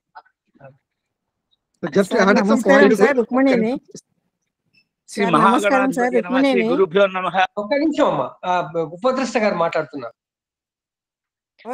సభకు నమస్కారం. సభకు ఉన్న పెద్దలందరికీ నమస్కారం, గురువులకి నమస్కారం. సోమనాథ్ శాస్త్రి గారు, కృష్ణకాంత్ గారు హాయ్ సార్. ఇవాళ చాలా గొప్ప రోజు అండి. సాంబశివరావు గారు నమస్కారం, ఉమాకాంత్ గారికి నమస్కారం. ఇది ఇవాళ ఈ ఆస్ట్రాలజీలో చెప్పినట్టు మీరందరూ అన్నట్టుగా రీసెర్చ్ అనేది చాలా చాలా చాలా అవసరం. మన గ్రూప్లో ఈ విధమైన ప్రయత్నాలు చాలా జరుగుతున్నాయి. ఇలాంటి వాళ్ళందరూ కూడా ఉద్దండులందరూ కూడా రీసెర్చ్ చేస్తూ మన గ్రూపులో ఉండడం చాలా సంతోషం. ఇది మనం డెఫినెట్ గా ఇది ఆస్ట్రాలజీకి ఇది ఒక మంచి శుభ పరిణామం జరుగుతోంది. ముఖ్యంగా ఉమాకాంత్ గారు నిజంగా 70 years కృష్ణకాంత్ గారు చెప్పినట్టు ఆ ఏజ్లో చేయడం అనేది, ఆయన 81 ఏజ్లో సాంబశివరావు గారు చేయడం, అయ్యా మాకు చెయ్యాలనుంది ఇంకా మరింత, మేము ఇంకా చిన్నవాళ్ళం, నేను 68, నాకన్నా చిన్నవాళ్ళు ఉన్నారు, మేము మీలాగా ఎక్కువ కాలం బతికేటట్టు మమ్మల్ని ఆశీర్వదిస్తే మేము కూడా మరింత ఇందులో చేయగలుగుతూ ఉంటాము. యాక్చువల్గా ఏంటంటే ఇవన్నీ వింటూ మా మనవరాలు డాక్టర్, షీఈ్ ఎ డాక్టర్ అండి, మొన్నే ఎండి కూడా ప్రిపేర్ అయ్యి పరీక్ష రాసింది. షీఈ్ గోయింగ్ అంటే సో ఈవిడ కూడా క్యాన్సర్ మీద లాస్ట్ ఇయర్ అక్కడ చేరి వారణాసిలో చేసింది. Very much interested, medical astrology మీద వెరీ మచ్ ఇంట్రెస్టెడ్, ఆస్ట్రాలజీలో బాగా interested. And she also going, మన కృష్ణకాంత్ పరిచయం చేయాలనుకున్న కృష్ణకాంత్ గారు మీ యూనివర్సిటీలో పిహెచ్డి చేయించాలి అమ్మాయి చేత ఈ మెడికల్ ఆస్ట్రాలజీ మీదే. సాంబశివరావు గారు కూడా గైడెన్స్ ఇస్తారు ఆ అమ్మాయికి, ఆశీర్వచనం ఇచ్చి అని చెప్పి కోరుకుంటూ ఇప్పుడు సాంబశివరావు గారు కంగ్రాచులేషన్స్ అమ్మా. Congratulations, God bless you. And తప్పకుండా కాల్ చేయండి. చాలా బ్రిలియంట్ డాక్టర్. అండ్ ఆస్ట్రాలజీలో కూడా కొద్దిగా చెప్తుంటేనే ఎక్కడికో పట్టుకొని వెళ్ళిపోతూ ఉంది. వండర్ఫుల్ ఫ్యూచర్ ఉంది. సో మెడికల్ ఆస్ట్రాలజీలో కూడా నేను ఇది చేస్తే బాగా పనికొస్తుంది, ప్రపంచానికి ఉపయోగపడే ఒక గొప్ప వ్యక్తిగా తయారవుతుందని నా ఇదనమాట. ఈ అవకాశం ఇచ్చినందుకు మళ్ళీ మాట్లాడతాను. అవకాశం ఇచ్చినందుకు సాంబశివరావు గారి మాటలు విందాం. Thank you sir, thank you అందరికీ కూడా. ఫ్యూచర్ ఆమెకి లేదు సార్, మీ మనవరాలకి కాదు ఫ్యూచర్ ఉంది. ఫ్యూచర్ ఉంది, మీ మనవరాలకి కాదు, జ్యోతిషానికి ఉంది. ఎగ్జాక్ట్లీ అండి, అదే ఆ మాట ముందు అన్నాను. జ్యోతిషానికి శుభ పరిణామాలు చాలా ఉన్నాయి ఇవన్నీ. తప్పకుండా మనవరాలకి మొదలు మా అయ్యా. తర్వాత వైద్యుడికి ఎప్పుడు కూడా రెగ్యులర్ ప్రాక్టీస్ ఉండాలండి. వైద్యుడిగా సక్సెస్ కావాలంటే రెగ్యులర్ ప్రాక్టీస్ ఉండాలి. అలాగే జ్యోతిషం ప్రాక్టీస్ చేసే వాళ్ళకి కూడా రెగ్యులర్ ప్రాక్టీస్ ఉండాలి. లేకపోతే ఈ శాస్త్రం నుంచి మనము అవన్నీ కూడా మన మైండ్ నుంచి పెట్టిపోతాయి, గుర్తుండాలి. ఈ సందర్భంగా నేను అని చెప్పడం కాదు, కానీ మన యువతకి ఒక సందేశం ఇచ్చినట్టు అవుతుందని చెప్తున్నాను. ప్రతి రోజు నేను 4 నుంచి 5 చాప్టర్స్ క్లియర్ చేశాను ఈ శాస్త్రాన్ని. అంటే అలాగా ఏదో కష్టపడ్డామని కాదు, ఆ విధంగా ప్రతిరోజు నిత్య విద్యార్థిగా ఉంటూ ఏ ఒక్క రోజు కూడా గ్యాప్ రాకుండా ఈ ప్రాక్టీస్ అలా చేస్తూనే వచ్చాను. అమ్మ మీరు కూడా మరి నా డాక్టర్ కూడా డెర్మటాలజిస్ట్ డాక్టర్. భాస్కర్ అని పెట్టుకుంటాడు. సో అమ్మాయికి కూడా చెప్తాను, ప్రతి రోజు ప్రాక్టీస్ అయ్యి ఒక్క రోజు కూడా గ్యాప్ రాని వస్తారు. అలాగే నాకు జ్యోతిషం ఈ సబ్జెక్ట్ లో ఉన్న వారందరికీ విన్నపం ఏంటంటే, నిత్య విద్యార్థిగా ఉండి ప్రతి రోజు ఈ శాస్త్రాన్ని ఏదో ఒక సబ్జెక్ట్, కొత్త సబ్జెక్ట్ నేర్చుకుంటూ ఉండండి. అలా ఇది అనంతమైనటువంటి సాగరం అన్నమాట. మనం ఎంత లోతుకు వెళ్తుంటే అన్ని విషయాలు తెలుస్తూ ఉంటాయి. కాబట్టి నిత్య విద్యార్థిగా ఉండమని చెప్పి కూడా మనకి తెలియజేస్తాం. దీన్నే మన ఋషులు ఉపాసన అన్నారు. థ్యాంక్ యూ సార్, చాలా ధన్యవాదాలు మీకు. మీ ఆశీర్వచనాలకి ధన్యవాదాలు. గురుగారు సిఎస్ రావు గారు. సభకు నమస్కారం. సోమనాథ శాస్త్రి గారికి నమస్కారం. అందరికి ఉమాకాంత్ రావు గారు, కృష్ణకాంత్ గారు, సూర్యనారాయణమూర్తి గారు, పిఎస్ మూర్తి గారు, అందరికీ నమస్కారం. ఇక్కడ ఏజీ అంటున్నారు. ఏజీ అని తప్పేది కాదు, అందులో ఉండేవి అందులో ఉంటాయి ఏంటి. కానీ ఎక్కడో అడుగు నుంచి అది తోసుకెళ్తూ ఉంటుంది. నాకేమిటంటే నన్ను తోసుకెళ్ళేది జనం వెంటబడుతుంటారు నాకు. నేను అది జనాన్ని అంటే వాళ్ళు ఊరుకోరు కనుక గ్రహాలు వెంటబడుతున్నాయి అంటాను నన్ను. ఏంటి వాళ్ళు అడుగుతారు, తెల్లారు లేచేసరికి ఏదో పాత వాళ్ళు కొత్త వాళ్ళు అడుగుతూనే ఉంటారు. దానికి వదలలేను. నేను ఎప్పుడప్పుడు మూసేద్దామని చూస్తుంటా, క్లోజ్ చేసేద్దామంటా. నన్ను క్లోజ్ చేయనివ్వటలేదు ప్రజలు. క్లాస్కి పోతే స్టూడెంట్స్ క్వశ్చన్స్ వేస్తారు. ప్రతి క్వశ్చన్ ఒక గురువే వాడు. ఆ స్టూడెంట్ ఒక గురువే, ప్రతి క్వశ్చన్ వేసిన వాడు గురువే. అప్పుడు అక్కడ చెప్పగలుగుతాం ఒకసారి, లేకపోతే ఇంటికి వెళ్ళి చదువుకుంటాం, వాళ్ళకి తెలియదు అది. అట్లా ప్రతి స్టూడెంట్ గురువే ఇక్కడ. అందుకని ఇది రకంగా నడుపుతూ ఉంటుంది. ఈ ఏజ్ అనేది చక్రం నడుస్తూనే ఉంటుంది. అదేం ఆగదు. ఎందులో ఉంటాయి. నాకు బీపీ అన్నీ ఉన్నాయి, షుగరు బీపీలు అన్నీ ఉంటాయి. అయితే కంట్రోల్లో ఉన్నాయా లేదా, మన పనులు మనం చేసుకుంటాం. అదే మనకి అమ్మవారి దయ, మాతృదయ, మాతృపిండం. అంటే శ్రీమాత్రే నమః అనుకోవాలి. ఎవరి తల్లి దీవెనలు వాళ్ళకే. అది బాగుంటే నడుస్తూ ఉంటుంది. అందుకని మాతాపిత ముందు నమస్కారం చేయమన్నారు అందరినీ. ఆ తర్వాత మిగతా 3Gలు 4Gలు తర్వాత, మీద మాతాజీ పితాజీ ఫస్ట్, తర్వాత 3G 4Gలు అవన్నీ తర్వాత వస్తాయి. అందుకని ముందు రెమెడీస్ అన్నప్పుడు ఫస్ట్ రెమెడీ ఇంట్లో మాతాపితలు, ఇష్టదైవం, ఇతర కుల దైవం, వగారాలు ఇవన్నీ తప్పు. రెమెడీస్ పనిచేస్తాయి, చేయలేదు అనుకోకూడదు. వాటి పని అవి చేస్తాయి. మన పని కాకపోతే, మనకి లాటరీ రాకపోతే పని చేయలేదు అనుకోకూడదు. అట్లా ఉంటాయి. ఇంకా నన్ను అందరూ తెలిసిన వాళ్ళే. నేను అందరికీ తెలిసిందే. ఇక్కడ జ్యోతిష గ్రూప్ లో ప్రత్యేకంగా పరిచయం చేయక్కర్లేదు. నేను మాట్లాడటం అంతా కూడా తప్పగా చేస్తూనే ఉంటాము. మీరు చెప్పింది కాదంటమే నా పని. ఏ విద్యార్థి అయినా వాడు అవును అంటే నేను కాదంటమే నా పని. ఎందుకంటే వాళ్ళని ట్రిగర్ చేయాలి, డిస్కషన్ లో పెట్టాలి. పెట్టకపోతే ఒప్పుకుంటే నాకు తోచదు. అందుకని ఏదో చెప్పి ఒప్పుకుంటాం. అప్పుడు వాళ్ళది సరిపోతే లాజిక్ లో, డిస్కషన్స్ లో అట్లా. ఇవాళ ముఖ్యంగా ఏమైందంటే ఎవరు ఒరిజినల్స్ చదవట్లా. మూలాలు ఒరిజినల్స్ అంటే మీ సాంస్క్రిట్ గ్రంథాలు ఎక్కల, మూలం చదవట్లా ఎవరు. చదవకుండా అందరికీ రెడీమేడ్ హ్యాండ్ బుక్స్ కావాలి. రూల్ బుక్లు అని కొంతమంది రాశారు. 100 రూల్స్ అంటాడు, వాడు 50 రూల్స్ అంటాడు. ఆ రూల్ ప్రకారం ఇది వీడికి అక్కడ ఉంటే ఇది వీడికి అవుతుంది అని రూల్ బుక్ తీసుకుంటాడు. ఆ రూల్ బుక్ అప్లై అయ్యే జాతకాలు మన దగ్గర రావాలి. ఆ రోజు వచ్చినా మనం దానికి అవసరమైన ఆ రూల్ బుక్ లో దొరకలేవు. దొరకదు, అప్పుడు వెంటనే దొరకదు, ఎప్పుడో దొరుకుతుంది అది.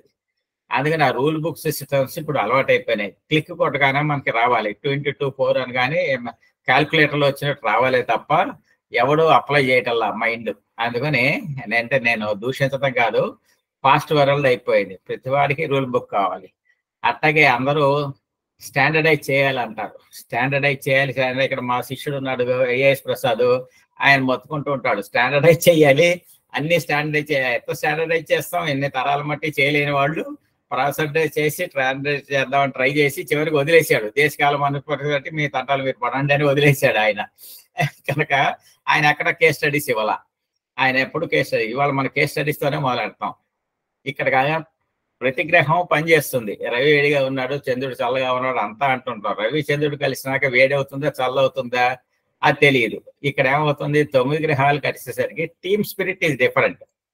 Team spirit is different than the individual spirit. ఇది మన చిన్నప్పుడు కథ చెబుతారు, 4 కట్టెలు విడిగా అయితే తుంచొచ్చు, ఒక్కొక్క కట్టె 4 కట్టెలు కలిపి కడితే తుంచలేము అని. అది టీమ్ స్పిరిట్ అన్నమాట. అదే టీమ్ స్పిరిట్.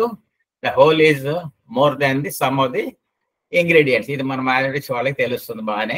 ఇది జనరల్ కామన్ మ్యాన్ కోసం చెప్పడం అనమాట. 4 కర్రలు విడిగా పెట్టి 4 అని పెట్టగొడితే 4 కలిపితే దానికి 5 స్ట్రెంగ్త్ 6 స్ట్రెంగ్త్ వస్తుంది దానికి. అట్లా ఈ గ్రహాలు అన్నీ కలిసే పనిచేస్తాయి. ఎప్పుడైనా ఏ గ్రహం ఒకటి విడిగా వచ్చి పనిచేయదు మనకి. ఏదో దశాభుక్తి నడుస్తుందంటే వాడు వచ్చేసేసి ఇక్కడ పనిచేయడు. Everyday you get a package deal of all the planets. అందులో లీడర్షిప్ ఒక ప్లానింగ్ ఉంటుంది. కాసేపటికి కొంత ఒక క్షణము, ఒక గంట, 2 గంటలు, ఒక దశాభుక్తి పీరియడ్, ఒక కొన్ని నెలలు, సంవత్సరాలు లీడర్షిప్లు కొన్ని ఉంటాయి. అవి దశాభుక్తి పీరియడ్లు అవ్వచ్చు, 3వ లెవెల్ 4వ లెవెల్ దాకా. అట్లా గోచార ప్లానెట్స్ ఉంటాయి, ఆ లీడర్షిప్ ఉంటాయి. ఈ ప్లానెట్ కన్సర్టెడ్ ఎఫర్ట్ అంటాం. కన్సర్టెడ్ ఎఫర్ట్ అంటే ఒక మ్యూజికల్ ఎఫర్ట్ అనమాట. మ్యూజికల్ ఆర్కెస్ట్రాలో బ్యాండ్ మాస్టర్ చేతులు ఊపుతుంటాడు, ఇటు అటు అటు ఇటు, వాళ్ళందరూ ఎవరో వాయిస్తూనే ఉంటారు. అన్ని కలిసే మనకి వినిపిస్తాయి. కానీ అందులో ఎవడో ఒకడో లీడింగ్ ఉంటాడు. ఫ్లూటో, వీణో, వైలినో కాసేపు ఉంటాడు, కాసేపు వాడు వస్తాడు, వీడు వస్తాడు. అట్లాగే ప్లానెట్స్ అన్ని, జాతక చక్రం ఉన్న ప్లానెట్స్ అన్ని, they work in a concerted aspect, concerted manner, like A musical orchestra. ఇందులో వచ్చేసినప్పుడు మనకి వాడికి కావాల్సింది లాటరీ కావాలి, వాడికి మన వాడికి ఉన్న కష్టాలు తీరాలి అంటే ఎవరు తీరుస్తారు, ఎవరు మంచి చేస్తారు అనేది ఆ సమస్య మనకి ఎస్ట్రాలజర్కి అనమాట. ఎవడు లీడింగు, ఎవడు చేస్తాడు అనే సమస్య ఇందులో ఉంటుంది అనమాట. అదే అది చేయటం, అన్వయించటం ఇక్కడ చాలా ముఖ్యం అనమాట. ఇక్కడ చెప్పటం శాస్త్ర ప్రకారం మనం ఫండమెంటల్స్ చదివితే కానీ ఎక్కడ ఆన్సర్ రాదు. ఫండమెంటల్స్ చదివినాక అవి అన్వయించాలి. ఒక ప్లానెట్స్ మనకి దే ఆర్ గివింగ్ రిజల్ట్స్ అంటాం. But planets are not causing the life events. Life events are caused by our own actions, inactions and reactions. అవి చేస్తాయి. మీకు ఒక ఆపర్చునిటీ వస్తుంది, లాటరీ టికెట్ కొనమంటారు, నేను కొన్నాను, నాకు లాటరీ నమ్మకం లేదు, వెళ్ళిపోతే పోయింది వాడికి. అంటే కొంటే వస్తుందని కాదు నేను చెప్పడం. ఒకవేళ వచ్చే సమయంలో వాడు కొనకపోతే రూపాయి బదులు పావులన్నా వచ్చే, ₹1 వీడికి వచ్చేది, పెట్టిన రూపాయన్నా. ఏదో ఒకటి వాడు అవకాశాన్ని వాడు ఉపయోగించుకోవడం అనమాట. వాడు అవకాశాన్ని ఉపయోగించుకుంటాడా లేదా అనే దాన్ని బట్టి ఆ డెసిషన్స్ ఉంటాయి. So planets are not causing life events. Life events are caused by our actions, reactions, inactions, interactions with others. అవి లైఫ్ ఈవెంట్స్ కాజ్ చేస్తాయి. మ్యారేజ్ ఏజ్ వచ్చింది, వీడు మ్యారేజ్ చేసుకుంటానికి సిద్ధంగా ఉండాలిగా, లేకపోతే వీడి అన్నకు పెళ్లి కాలేదని వీడు చేయరంటే ఇంకేముంది, మ్యారేజ్ టైం వెళ్ళిపోతుంది. మరి వాడి అన్న పెళ్లి అయినాక మళ్ళీ రావాలి అది. అంతేగాని జాతకాల్లో ఉంది కదా అంటే ఎట్లా అవుతుంది? ఈ కాలంలో చేసుకుంటాడు, అది వేరే సంగతి. అట్లా అందుకని ఈవెంట్స్ ఎలా అవుతాయి అనేది గ్రహాల మీద లేదు. గ్రహాలు మనం బ్లేమ్ చేస్తున్నా కానివ్వండి, వాడు చేశాడు, వీడు చేశాడు, ఆ గ్రహం చేసేది, ఆ గ్రహం ఏమీ చేయదు. మీరు చేస్తున్న మన డిసిప్లిన్ని, మన హార్డ్ వర్క్ని, దానికి తగ్గ ఫలితాలు ఇవ్వటమే గ్రహాల పని. తగిన ఫలితాలు ఇస్తాయి తప్పకుండా. మంచి కానీ, చెడు కానీ, ఎక్కువ కానీ, తక్కువ కానీ తప్పకుండా వస్తాయి అందులో. అది కాకుండా మన ఊహ ఎక్కువైపోయి, ఆశ ఎక్కువైపోయి, మనకి ఇది కావాల్సిందే అనుకుంటూ పోతుంటే ఇది వస్తుంది అనమాట.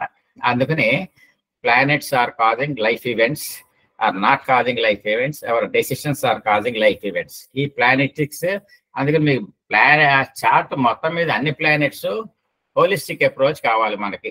మన శ్రీకాంత్ గారు ఇందాక చెప్తూనే ఉన్నారు, holistic approach of all the planets. మీకు దశాభుక్తి జరుగుతున్నా దాని మీద ఏం గోచారం నడుస్తుంది, జరుగుతున్నా అన్ని గ్రహాలకి ఎప్పటికీనూ పంచప్రకార సంబంధం ఉంటుంది.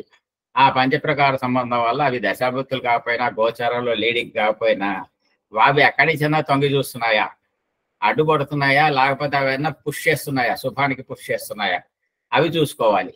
అవి చూసుకుంటూ దశాభుక్తులు, గోచారం, అదర్ ఆస్పెక్ట్స్ కూడా చూసుకుని, గోచారంలో ప్రామినెంట్ చూసుకుని, అవన్నీ చూసుకుంటూ డెసిషన్ తీసుకునే ఇదంతా 60% దశాభక్తులు, 30% గోచారం, 10% మిగిలింది 90% పోతే.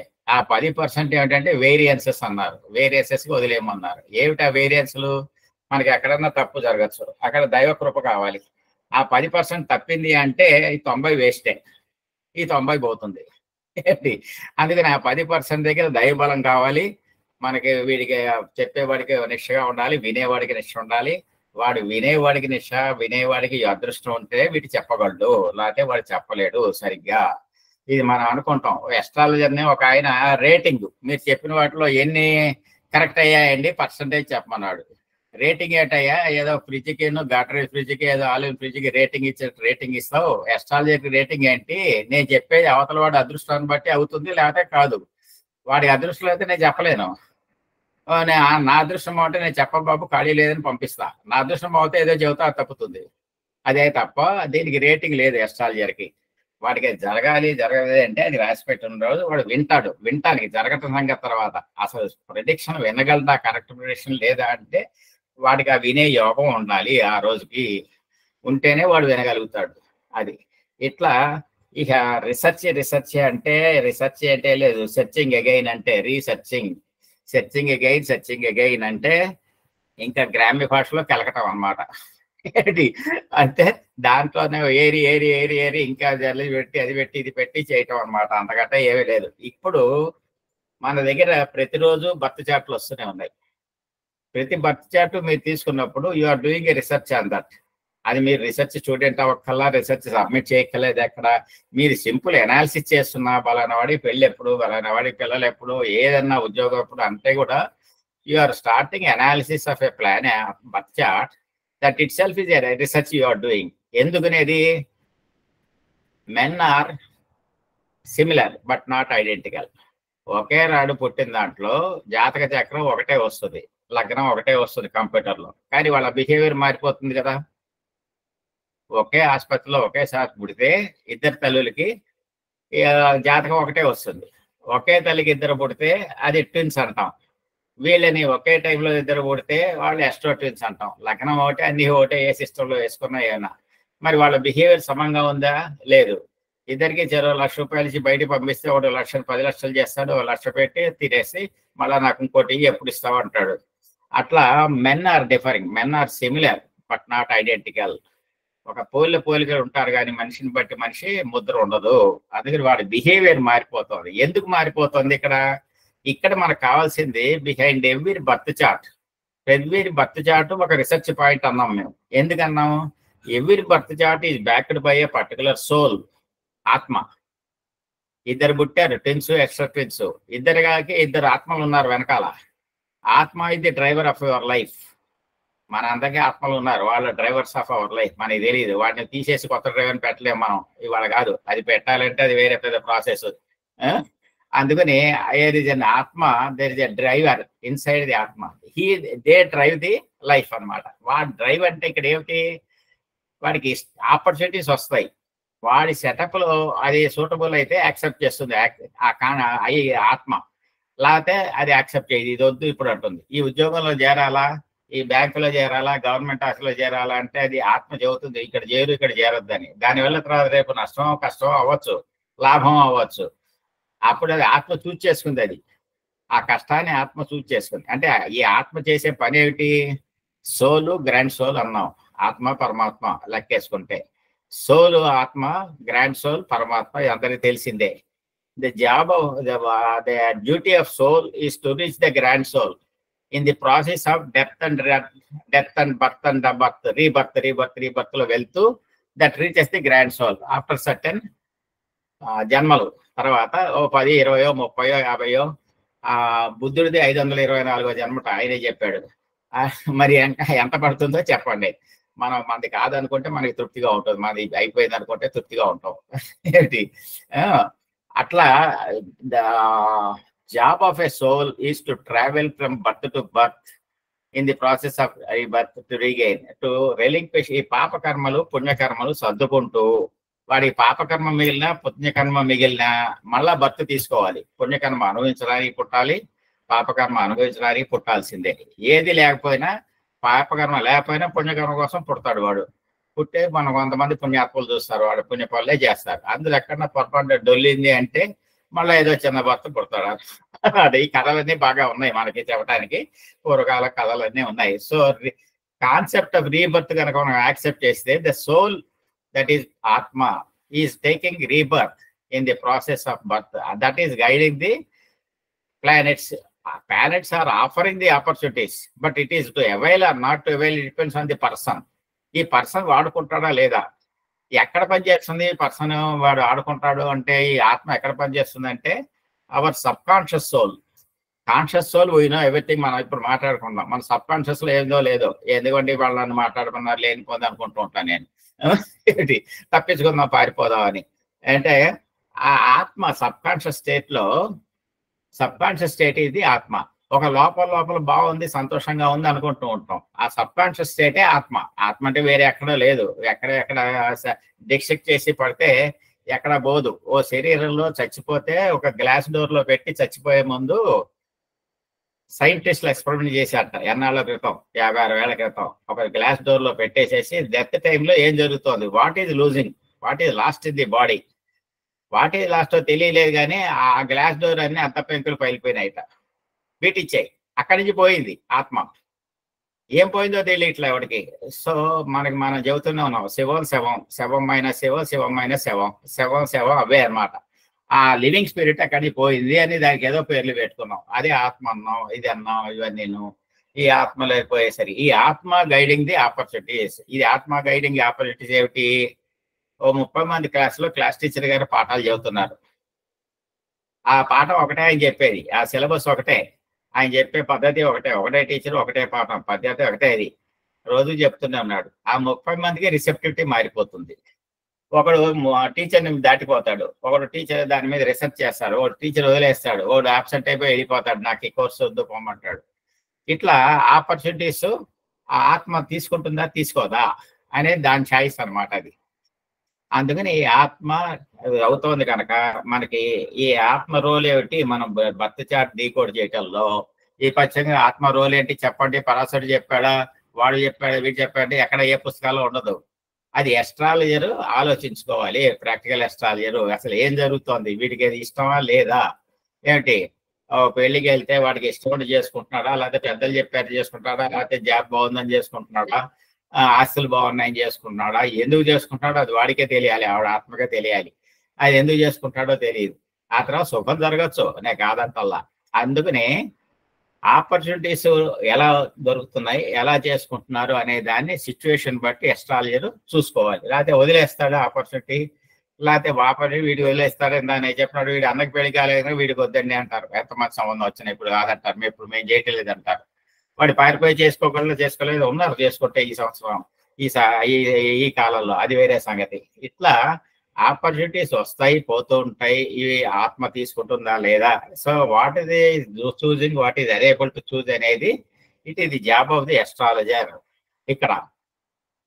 అందువల్ల డీకోడింగ్ ఆఫ్ ప్రతి బర్త్ చార్ట్, అనాలిసిస్ ఆఫ్ ప్రతి birth chart every time it is a point of research.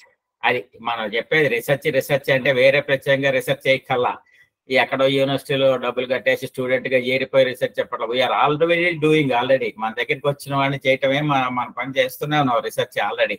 అది ఏదో పుస్తకంలో పెట్టి 4 మార్కులు వేసుకుంటే ఇట్లా సమావేశం పెడతారు అంతే తప్ప అది already everybody is doing research అది ఎవరి బర్త్ చార్ట్ ప్రతి ఎస్ట్రాలజర్. ఈ ఎస్ట్రాలజర్ ఏమిటి, అక్కడ పుస్తకాల్లో చెప్పింది ఒకటి ఉంది, అక్కడ ప్రాక్టికల్ గా జరిగేది ఒకటి ఉంటుంది. ఆ gap between practice and theory పుస్తకాల్లో చెప్పే థియరీ, ఆ థియరీని ప్రాక్టికల్ గా జరిగేదాన్ని. There is a gap between theory and practice in every subject. ప్రతి సబ్జెక్ట్ లో ఉంది, పెద్దవాళ్ళందరికీ తెలుసు, చదివే వాళ్ళకి. ఏ సబ్జెక్ట్ లో అయినా గ్యాప్ బిట్వీన్ థియరీ అండ్ థియరీలో పుస్తకాలు ఉన్నట్టు ఎక్కడా జరగదు. ఏ సైన్స్ లోనూ జరగదు, ఏ ఆర్ట్స్ లోనూ జరగదు, పుస్తకాల్లో చెప్పినట్టు ఎక్కడా జరగదు. ఎందుకు జరగట్లేదు, ఆ గ్యాప్ ఏమిటి? అందుకని ఇక్కడ మనం పరాశర దగ్గర నుంచి పుస్తకాలు అన్ని తీసుకుంటే బర్త్ చార్ట్ లో ఉన్న ప్రకారం వాటి రియల్ లైఫ్ ఉండదు.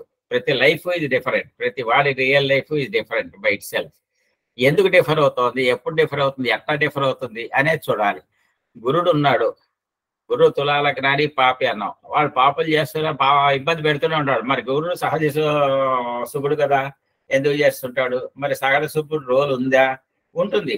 సహజ తులాలగ్నాని ఎంత పాపి అయినా వాడి సహజ రోల్ కూడా ఉంటుంది. అది ఎక్కడ వస్తుందో చూసుకోవాలి, ఎస్ట్రాలజర్ చూసుకోవాలి. అది రీసెర్చ్ పాయింట్.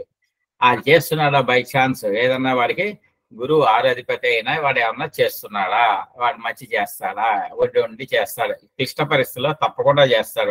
వాడు పాపి అని చెప్పి మనం ఫంక్షనల్ పాపి అని తోసేయటానికి వెళ్ళా. అక్కడ ఫంక్షనల్ పాపి అనేది ఒక థీరీనే. అని మోస్ట్ ఆఫ్ ది కేసెస్ అవుతున్నాడు కనుక వాడికంటే ముందు మనమే వాడిని బ్రాండ్ చేసేస్తున్నాం. నీకు పాపి వచ్చాడు, నువ్వే పాపి అంటుంటున్నాం, వీడే పాపం చేశాడు అంటుంటున్నాం.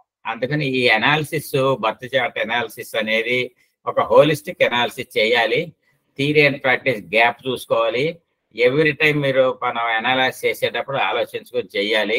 ఆ ఇష్యూ ఏమిటి, ఇవాళ టేకప్ చేసిన ఇష్యూ ఏంటి? కొత్తగా పుట్టిన పిల్లాడు వస్తాడు, వాడు ఏమిటయ్యా అంటే వాడికి ఏం కావాలి? కొత్తగా పుట్టిన పిల్లవాడికి ఏమి ఎక్కల్లా, ఆరోగ్యం ఉంటే చాలు, మామూలుగా చాలు. అది కాకుండా జనం ఏమడుగుతారు, సార్ మా వాడు పుట్టినాక మాకు కలిసి వస్తుందా, తండ్రికి కలిసి వస్తుందా, తల్లికి కలిసి వస్తుందా? ఇవన్నీ క్వశ్చన్లు అనమాట, పిచ్చి క్వశ్చన్లు అనమాట. పిచ్చి క్వశ్చన్లు అని చెప్పమంటే మనకి రారు, మన పంపించేస్తారు ఊళ్ళోంచి. ఇక అనకూడదు వాళ్ళని ఇందులో. ఇట్లా వాడి ఆ పిల్లవాడి పసిపిల్లాడిని పట్టుకుని మా వంశోద్ధారకుడు అంటే వీడు ఏమైపోతుంది ఆ వంశం అంటే, నువ్వు వాడిని సరిగ్గా పెంచితే వంశం బాగానే ఉంటుంది. నువ్వు పెరిగావా, తిన్నగా, నీ చేతిలో ఉన్నది నువ్వు చేస్తున్నావా, అది లేదు. అందుకని ఈ ఆశలు ఎక్కువ. వాడికి రాగానే మా వాడు ఇంజనీరింగ్ చదవాల్సిందండి, ఏమైనా సరే అని డొనేషన్ కట్టి ఇంజనీరింగ్ జరిపించారు పెద్ద మనిషిని, ఒక కుర్రాడిని. ఎప్పుడో 20 ఏళ్ల క్రితం నేను చెప్పా, ఇంజనీరింగ్ లాదు పనికిరాడు వాడు, అది ఇది అని. ఇంజనీరింగ్ కంపార్ట్మెంట్ లో పాస్ అయ్యాడు. అప్పుడు వాడి సంగతి ఏంటి? వాడు నానా తంటాలు పడుతున్నాడు జాబులు రాక అప్పటికి. మరి అది తల్లిదండ్రుల కోరిక, అత్యాశ. అది ఎంత మటుకు ఉందో, చెట్టు ఎన్ని కాయలు కాస్తుందో అన్ని కాయలే తుంచుకోవాలి, కానీ ఇంకా పోయాలి ఎరువులు వేస్తే అది విషం అవుతుంది. ఆ ఎరువులన్నీ విషం అయిపోతుంటాయి. అట్లా మనకి అంబిషన్స్ ఎక్కువైపోయినాయి. Ambitions and expectations from astrology ఎక్కువైపోయినాయి రాను. ఎందుకంటే ఆయన చెప్పాడండి, మీరు చెప్పలేరా? ఒక ఆవిడ వస్తుంది, మా ఆయన జాతకం లేదండి, నా జాతకం చూసి మా ఆయన గురించి చెప్పండి అంటుంది.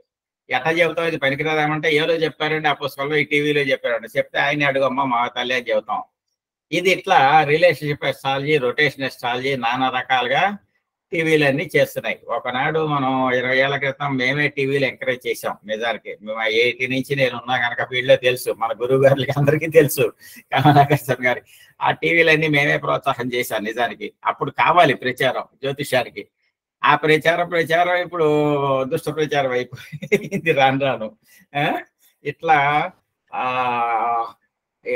ఈ ఎక్స్పెక్టేషన్స్ ఎక్కువైపోయినాయి ఎస్ట్రాలజీని బట్టి. ముందు నీకు అర్హత ఉందా, అర్హతని బట్టి నీకు అవకాశం వస్తుందా, అవకాశం వచ్చిన దాన్ని బట్టి నీకు జరుగుతుందా లేదా. అది మా వాడు ఇంజనీరింగ్కి వెళ్తాడా, మెడికల్కి వెళ్తాడా అంటే, నీకు ఫస్ట్ కుర్రాడికి యాప్టిట్యూడ్ ఉందా, వాడికి యాప్టిట్యూడ్ ఉండాలి, వాడికి అర్హత ఉండాలి. ఇంజనీరింగ్ లో ఎంసెట్ లో కానీ మెడిసిన్ లో కానీ చేరే అర్హత, కాంపిటేటివ్ ఎగ్జామ్ పాస్ అయ్యేది అర్హత ఉండాలి. ఆ అర్హత తర్వాత వాడికి అవకాశం ఉండాలి. అవకాశం అంటే కొన్ని చోట్ల కాస్ట్లీ కోర్సులు ఉంటాయి, వాడి ఊళ్ళో ఉండదు, వాళ్ళ పేరెంట్స్ పెట్టలేరు, ఊరు వెళ్ళాల్సి వస్తుంది కాస్ట్లీ కోర్స్ కోసం. వాడు వెళ్ళలేకపోతే వాడికి లేదు, ఎంత యోగం ఉన్నా కానీ.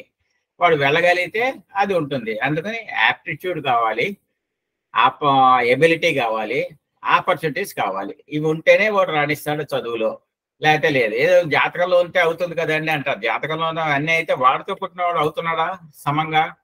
వాడితో పుట్టినవాడు ఒకడు కలెక్టర్ అయ్యాడు, వాడితో అందరూ కలెక్టర్ అవుతున్నారా? ఒకడు కలెక్టర్ అట్లా, వాడితో పుట్టినవాడు ఐఐపీఎస్ అవ్వచ్చు, ఆర్డినరీ క్లర్క్ అవ్వచ్చు, కానీ వాడికి మంచి యోగం ఉంటుంది. ఆర్డినరీ క్లర్క్ అయినా ఐపీఎస్ ర్యాంకు కాంబినేషన్స్ ఉన్న వాళ్ళకి భర్తీ చాట్లో వాడు క్లర్క్ గా బతుకుతున్నా గౌరవంగా బతుకుతాడు. ఐఏఎస్ వాడుకున్నంత గౌరవం ఉంటుంది వాడికి అక్కడ. అది వస్తుంది, ఆ 9th house 10th house గౌరవాలు వస్తాయి, గౌరవ ప్రతిష్టలు వస్తాయి. కానీ ఐఏఎస్ ముద్ర రాదు వాడికి. అట్లా తేడాలు వస్తాయి ఒకే జాతకంలో వచ్చేవి. వీళ్ళ అంబిషన్స్, అర్హతలు కావాలి, దాన్ని బట్టి కృషి కావాలి, దాన్ని బట్టి చేస్తుంటారు అన్నమాట. అయితే తప్ప ఇవి రావు. ఈ డీకోడింగ్ ఆఫ్ చార్ట్ వీటిలో ప్రతిదీ రీసెర్చే చేస్తూ ఉంటే మనకు అలసట రాదు. నిజానికి ఏజీ కనపడదు, టైం గడిచిపోతుంది చేస్తూ ఉంటే. అవి ఒక్కొక్కసారి మనకి చుట్టూ ఉండరు, ఒకళ్ళు ఇద్దరు అడిగిన వాళ్ళు వెళ్ళిపోతుంటారు. మళ్ళా ఇంకోడెవడో వస్తుంటాడు, ఇంకోడెవడో కంటిన్యూస్ గా వస్తుంటే మటుకు వాళ్ళు ఇట్లా నాలాగానే స్క్రీన్ లో నిలబడతారు. ఏంటి నేను పారిపోతామని చూసినా నేను ఎప్పటికప్పుడు పారిపోతాను చూస్తుంటా. మన సోమనాథ్ గారు ఊరుకోరు, ఆయన పొద్దున్నే పలకరిస్తారు అనమాట. అదే ఆయన భయ, ఆయనకి తెలుసు నేను పారిపోతానని. ఇక్కడ నేను బ్యాక్ బెంచ్ స్టూడెంట్ని యాక్చువల్ గా ఎస్ట్రాలజీలో కూడా. బ్యాక్ బెంచ్ లో కూర్చునేవాడిని, మా గురువు గారు చెప్పేవారు. ఎట్లా బ్యాక్ బెంచ్లో ఉంటే అందరూ కనిపిస్తారని వెనక నుంచి చూడొచ్చు, నేను వాళ్ళు నన్ను చూడరు, నేను చూస్తుంటా అంటుంటా. ఏంటి అట్లా ఏదో తప్పించుకోవడానికి బ్యాక్ బెంచ్ లో కూర్చుంటాం. ఈ ఎస్ట్రాలజీ నిజానికి నాకు ఫ్యాన్సీ లేదు, చెప్తున్నా కదా. నాకు కూడా నేను నమ్మేవాడిని కాదు చాలా కాలం పాటు. ఇప్పుడు ఒక స్టేజ్ లో, ఒక లెవెల్లో, ఒక లిమిట్ గా నమ్ముతా తప్ప ఒక నమ్మేవాడిని కాదు. ఒకసారి ఏమైందంటే ఏదో 1981లో ఎస్ట్రాలజీ మ్యాగజైన్ చూసాం. అది చూసేసి మంత్లీ ఫోర్కాస్ట్ చూసేవాళ్ళు. బివి రమన్ దాంట్లో మంత్లీ గోచారం రాసేవాళ్ళు. ఆ దోచారాన్ని బట్టి, ఆ నక్షత్రాలను బట్టి చూసుకుంటూ అవతల పారేసేవాళ్ళం. నాదొకటి చూసి అవతల పారేసేవాళ్ళం. మొన్నాడు మళ్ళీ 2-3 నెలలు కొంటూ ఉండేవాళ్ళు, చూస్తుండేవాళ్ళు. ఇది మంది చూసాం, పైకి ఎదదు కాదు, మిగతా ఫ్యామిలీ మెంబర్స్ కూడా చూస్తుండేవాళ్ళు. అన్నీ చూస్తే 12 చూస్తే అన్ని ఒక రకంగానే ఉన్నాయి చివరికి. అన్ని ఒక రకంగా ఉంటే ఇదేమిటని కాస్త ముందు కనుక నడితే ఆర్టికల్స్ దొరికేవి. ఈ ఆర్టికల్స్ చూస్తుంటే రాదు, ముందు పాఠం చదివితాక ఆర్టికల్స్ చదవాలి, కానీ పాఠం చదివితే అక్కడి నుంచి వస్తాయి. పాఠం అందులో ఆర్టికల్స్ లో ఇందిరాగాంధీ ఆర్టికల్స్ ఎక్కువ ఉంటాయి. అక్కడ ఆ చార్ట్ మీద చాలా డిస్కస్ చేసేవాళ్ళు.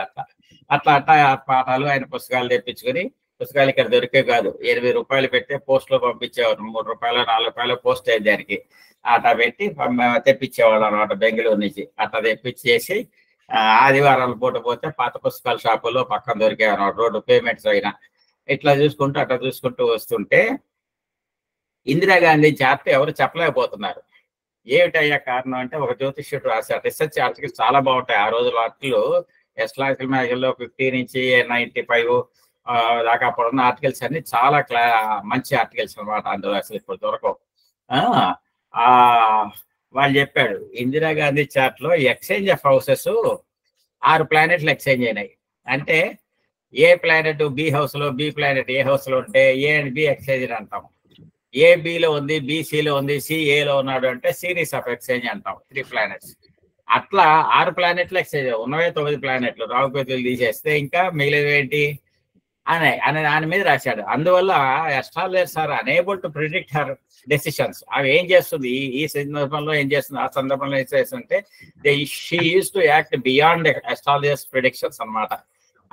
వీళ్ళు కన్ఫ్యూజ్ అయిపోయేవాళ్ళు అస్ట్రాలజర్స్. మనం అట్లా అనుకున్నాం, ఇట్లా బిహేవ్ చేసింది ఏంటి, ఇట్లా డెసిషన్స్ తీసుకుంది ఏంటి అనుకునేవాళ్ళు అనమాట. అట్లా అటువంటి ఆర్టికల్స్ ఉండేవి, మంచి పెద్ద ఆర్టికల్స్ ఉండేవి.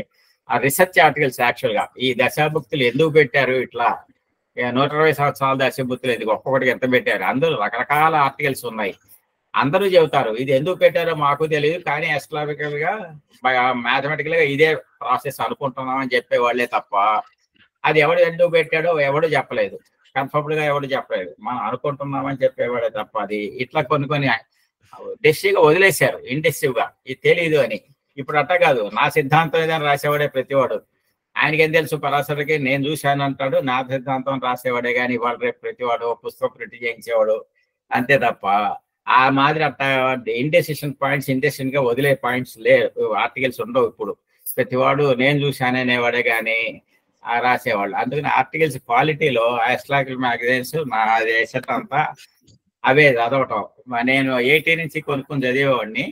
ఆ తర్వాత 1950 నుంచి సెంట్రల్ లైబ్రరీలో ఉండేవి, అక్కడికి వెళ్ళి చదివేవాడిని. సెంట్రల్ లైబ్రరీలో ఉండేవి తీసి ఒక్కొక్కటి తీసి చదువుకుంటూ రాసుకుంటూ నాన్న గొడవ చేసుకుంటుండేవాళ్ళం. ఇకపోతే ఇప్పుడు మెడికల్ అస్ట్రాలజీ చాలా ఇంపార్టెంట్ మొదటి నుంచి కూడా. ప్రతి వాడికి జబ్బే కదా ఇంపార్టెంట్. ఆరోగ్యం ఇంకోటి ఒకటి ఆర్థిక పరిస్థితులు, ఆర్థిక మనీ అండ్ హెల్త్ అండ్ మనీనే ఇంపార్టెంట్. ఈ హెల్త్ కి వచ్చేసరికి చాలా ఇంపార్టెంట్, ప్రతివాడికి కావాల్సిందే. డబ్బు తక్కువ ఉన్న పర్లేదు, ఆరోగ్యం తక్కువైతే భరించలేరు అనమాట. ఎందుకని ఈ ఆరోగ్యం దగ్గర చాలా ఇంపార్టెంట్. ఏమేం చేస్తా ఏమిటి అనేది ఈ అస్ట్రాలజీలో చేస్తూనే ఉన్నాం. నేను ఈ పర్టికులర్ క్యాన్సర్ దగ్గర ఇదివరకు మనకి ఎంఏ అస్ట్రాలజీలు వాళ్ళందరూ రాసేవాళ్ళు ఆర్టికల్స్ 15 జాతకాలు MA astrology project report submit చేయాలి. నేను 2001లో ఫస్ట్ బ్యాచ్ లో పాస్ అయ్యా. ఆ తర్వాత అందరూ నా దగ్గర స్టూడెంట్స్ మా ఇంటికి వచ్చి చదువుకునేవాళ్ళు. ఒక్కొక్కళ్ళు ఒక్కొక్క ప్రాజెక్ట్ రిపోర్ట్ రకరకాలు తెచ్చేవాళ్ళు నేర్పడానికి. నేను కండిషన్ పెట్టేవాడిని, నువ్వు చార్ట్లు తెచ్చుకోవాలి, నువ్వు టాపిక్ డిసైడ్ చేసుకొని నేను చెప్తా అనేవాడిని. అట్లా రకరకాలుగా ప్రాజెక్ట్ రిపోర్ట్స్ మనం వాళ్ళకి ఆ రోజుల్లో ఇంకా ఇంత ఇవి లేవు, డిటిపీలు లేవు, వర్డ్స్ లేదు, ఈ పీడిఎఫ్ లేవు, ఏమి లేవు. ఇట్లా చెప్పుకుంటూ డిస్కస్ చేసుకుంటూ కూర్చొని పొద్దున 6ంటికే వచ్చి కూర్చునేవాళ్ళు స్టూడెంట్. తర్వాత ఆఫీస్కి వెళ్ళేవాళ్ళు. నేనైతే రిటైర్ ఉన్నా కూర్చునేవాడిని ఖాళీగా. అట్లా చూసుకుంటుంటూ చేస్తుంటే ఇవన్నీ ఒక్కొక్క చార్ట్ మీద ఒక్కొక్క రకరకాలు అనాలిసిస్ నాకు అలవాటు అయిపోయింది వాళ్ళకి. అట్లా రకరకాలు ఎన్ని చేశాను లెక్కలేదు. ఇప్పుడు చెప్పుకుంటే గొప్పగా ఉంటుంది. ఆ బుర్రలో తిరుగుతూనే ఉంటాయి అవి, వీడు చేసింది వాడు చేసింది రకరకాలు చేస్తుంటాం అనమాట. అట్లా ఇట్లా చదువుతుంటే నేను ఇవాళ టాపిక్ క్యాన్సర్. ముఖ్యంగా దీనికి మన ఆకెళ్ళ కృష్ణమూర్తి గారు చాలా నా గురువు గారే. ఆయన పుస్తకం రాశారు, క్యాన్సర్ నివారణ, తెలుగులో రాశారు. తెలుగులో నేను ఫార్వర్డ్ రాశా. అప్పుడు చదవాల్సి వచ్చింది అసలు క్యాన్సర్ అంటే ఏమిటి, ఆయన బుక్ అంతా చదవాలి. ఆయన వేరే కొన్ని ట్రాన్స్లేట్ చేశారు, కొన్ని ఆర్టికల్స్ అన్ని.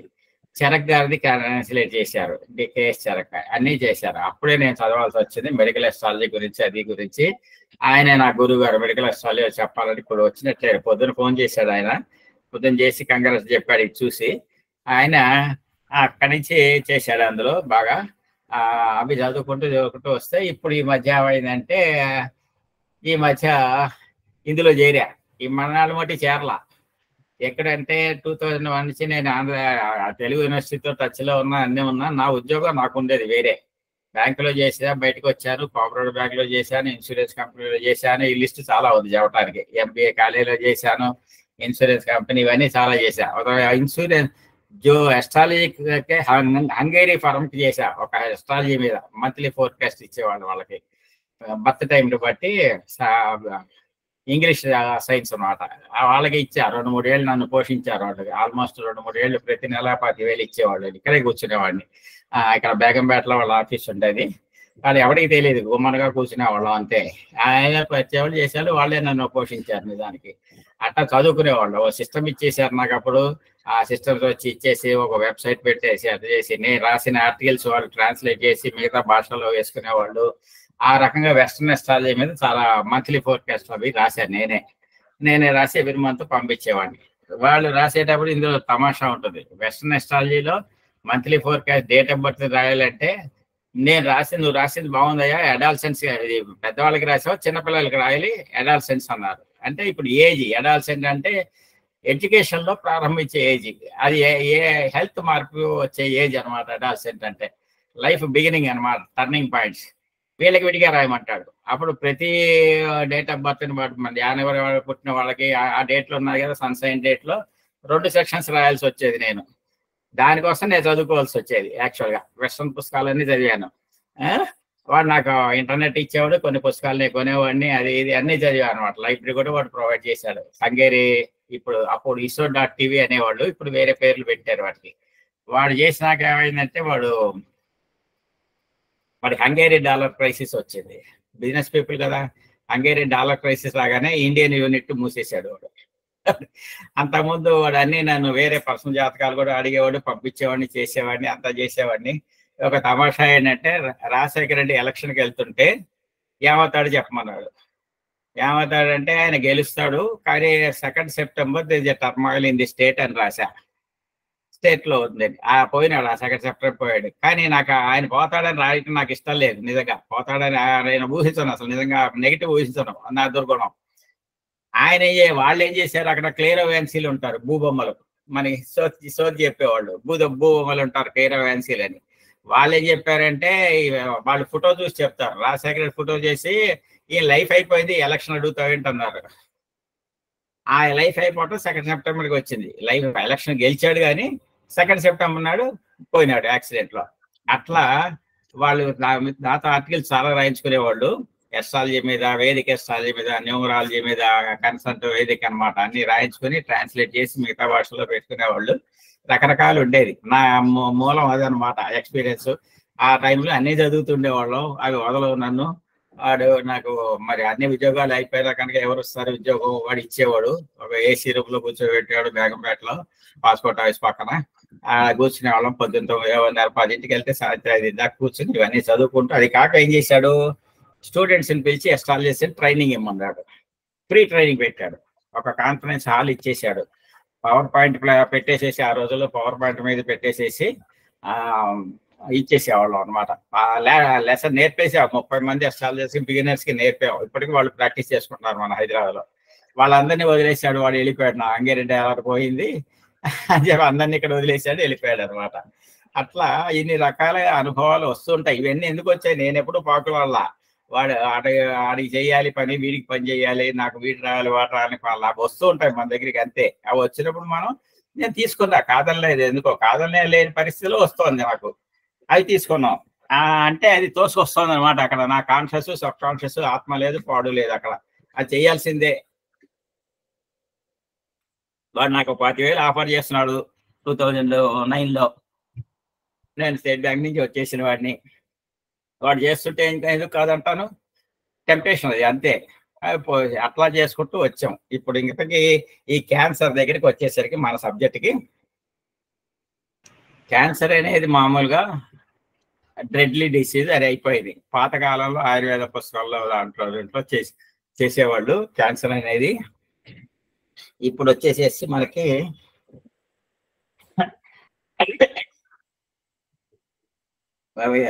వివిధ ఆయుర్వేదం తగ్గిపోయింది.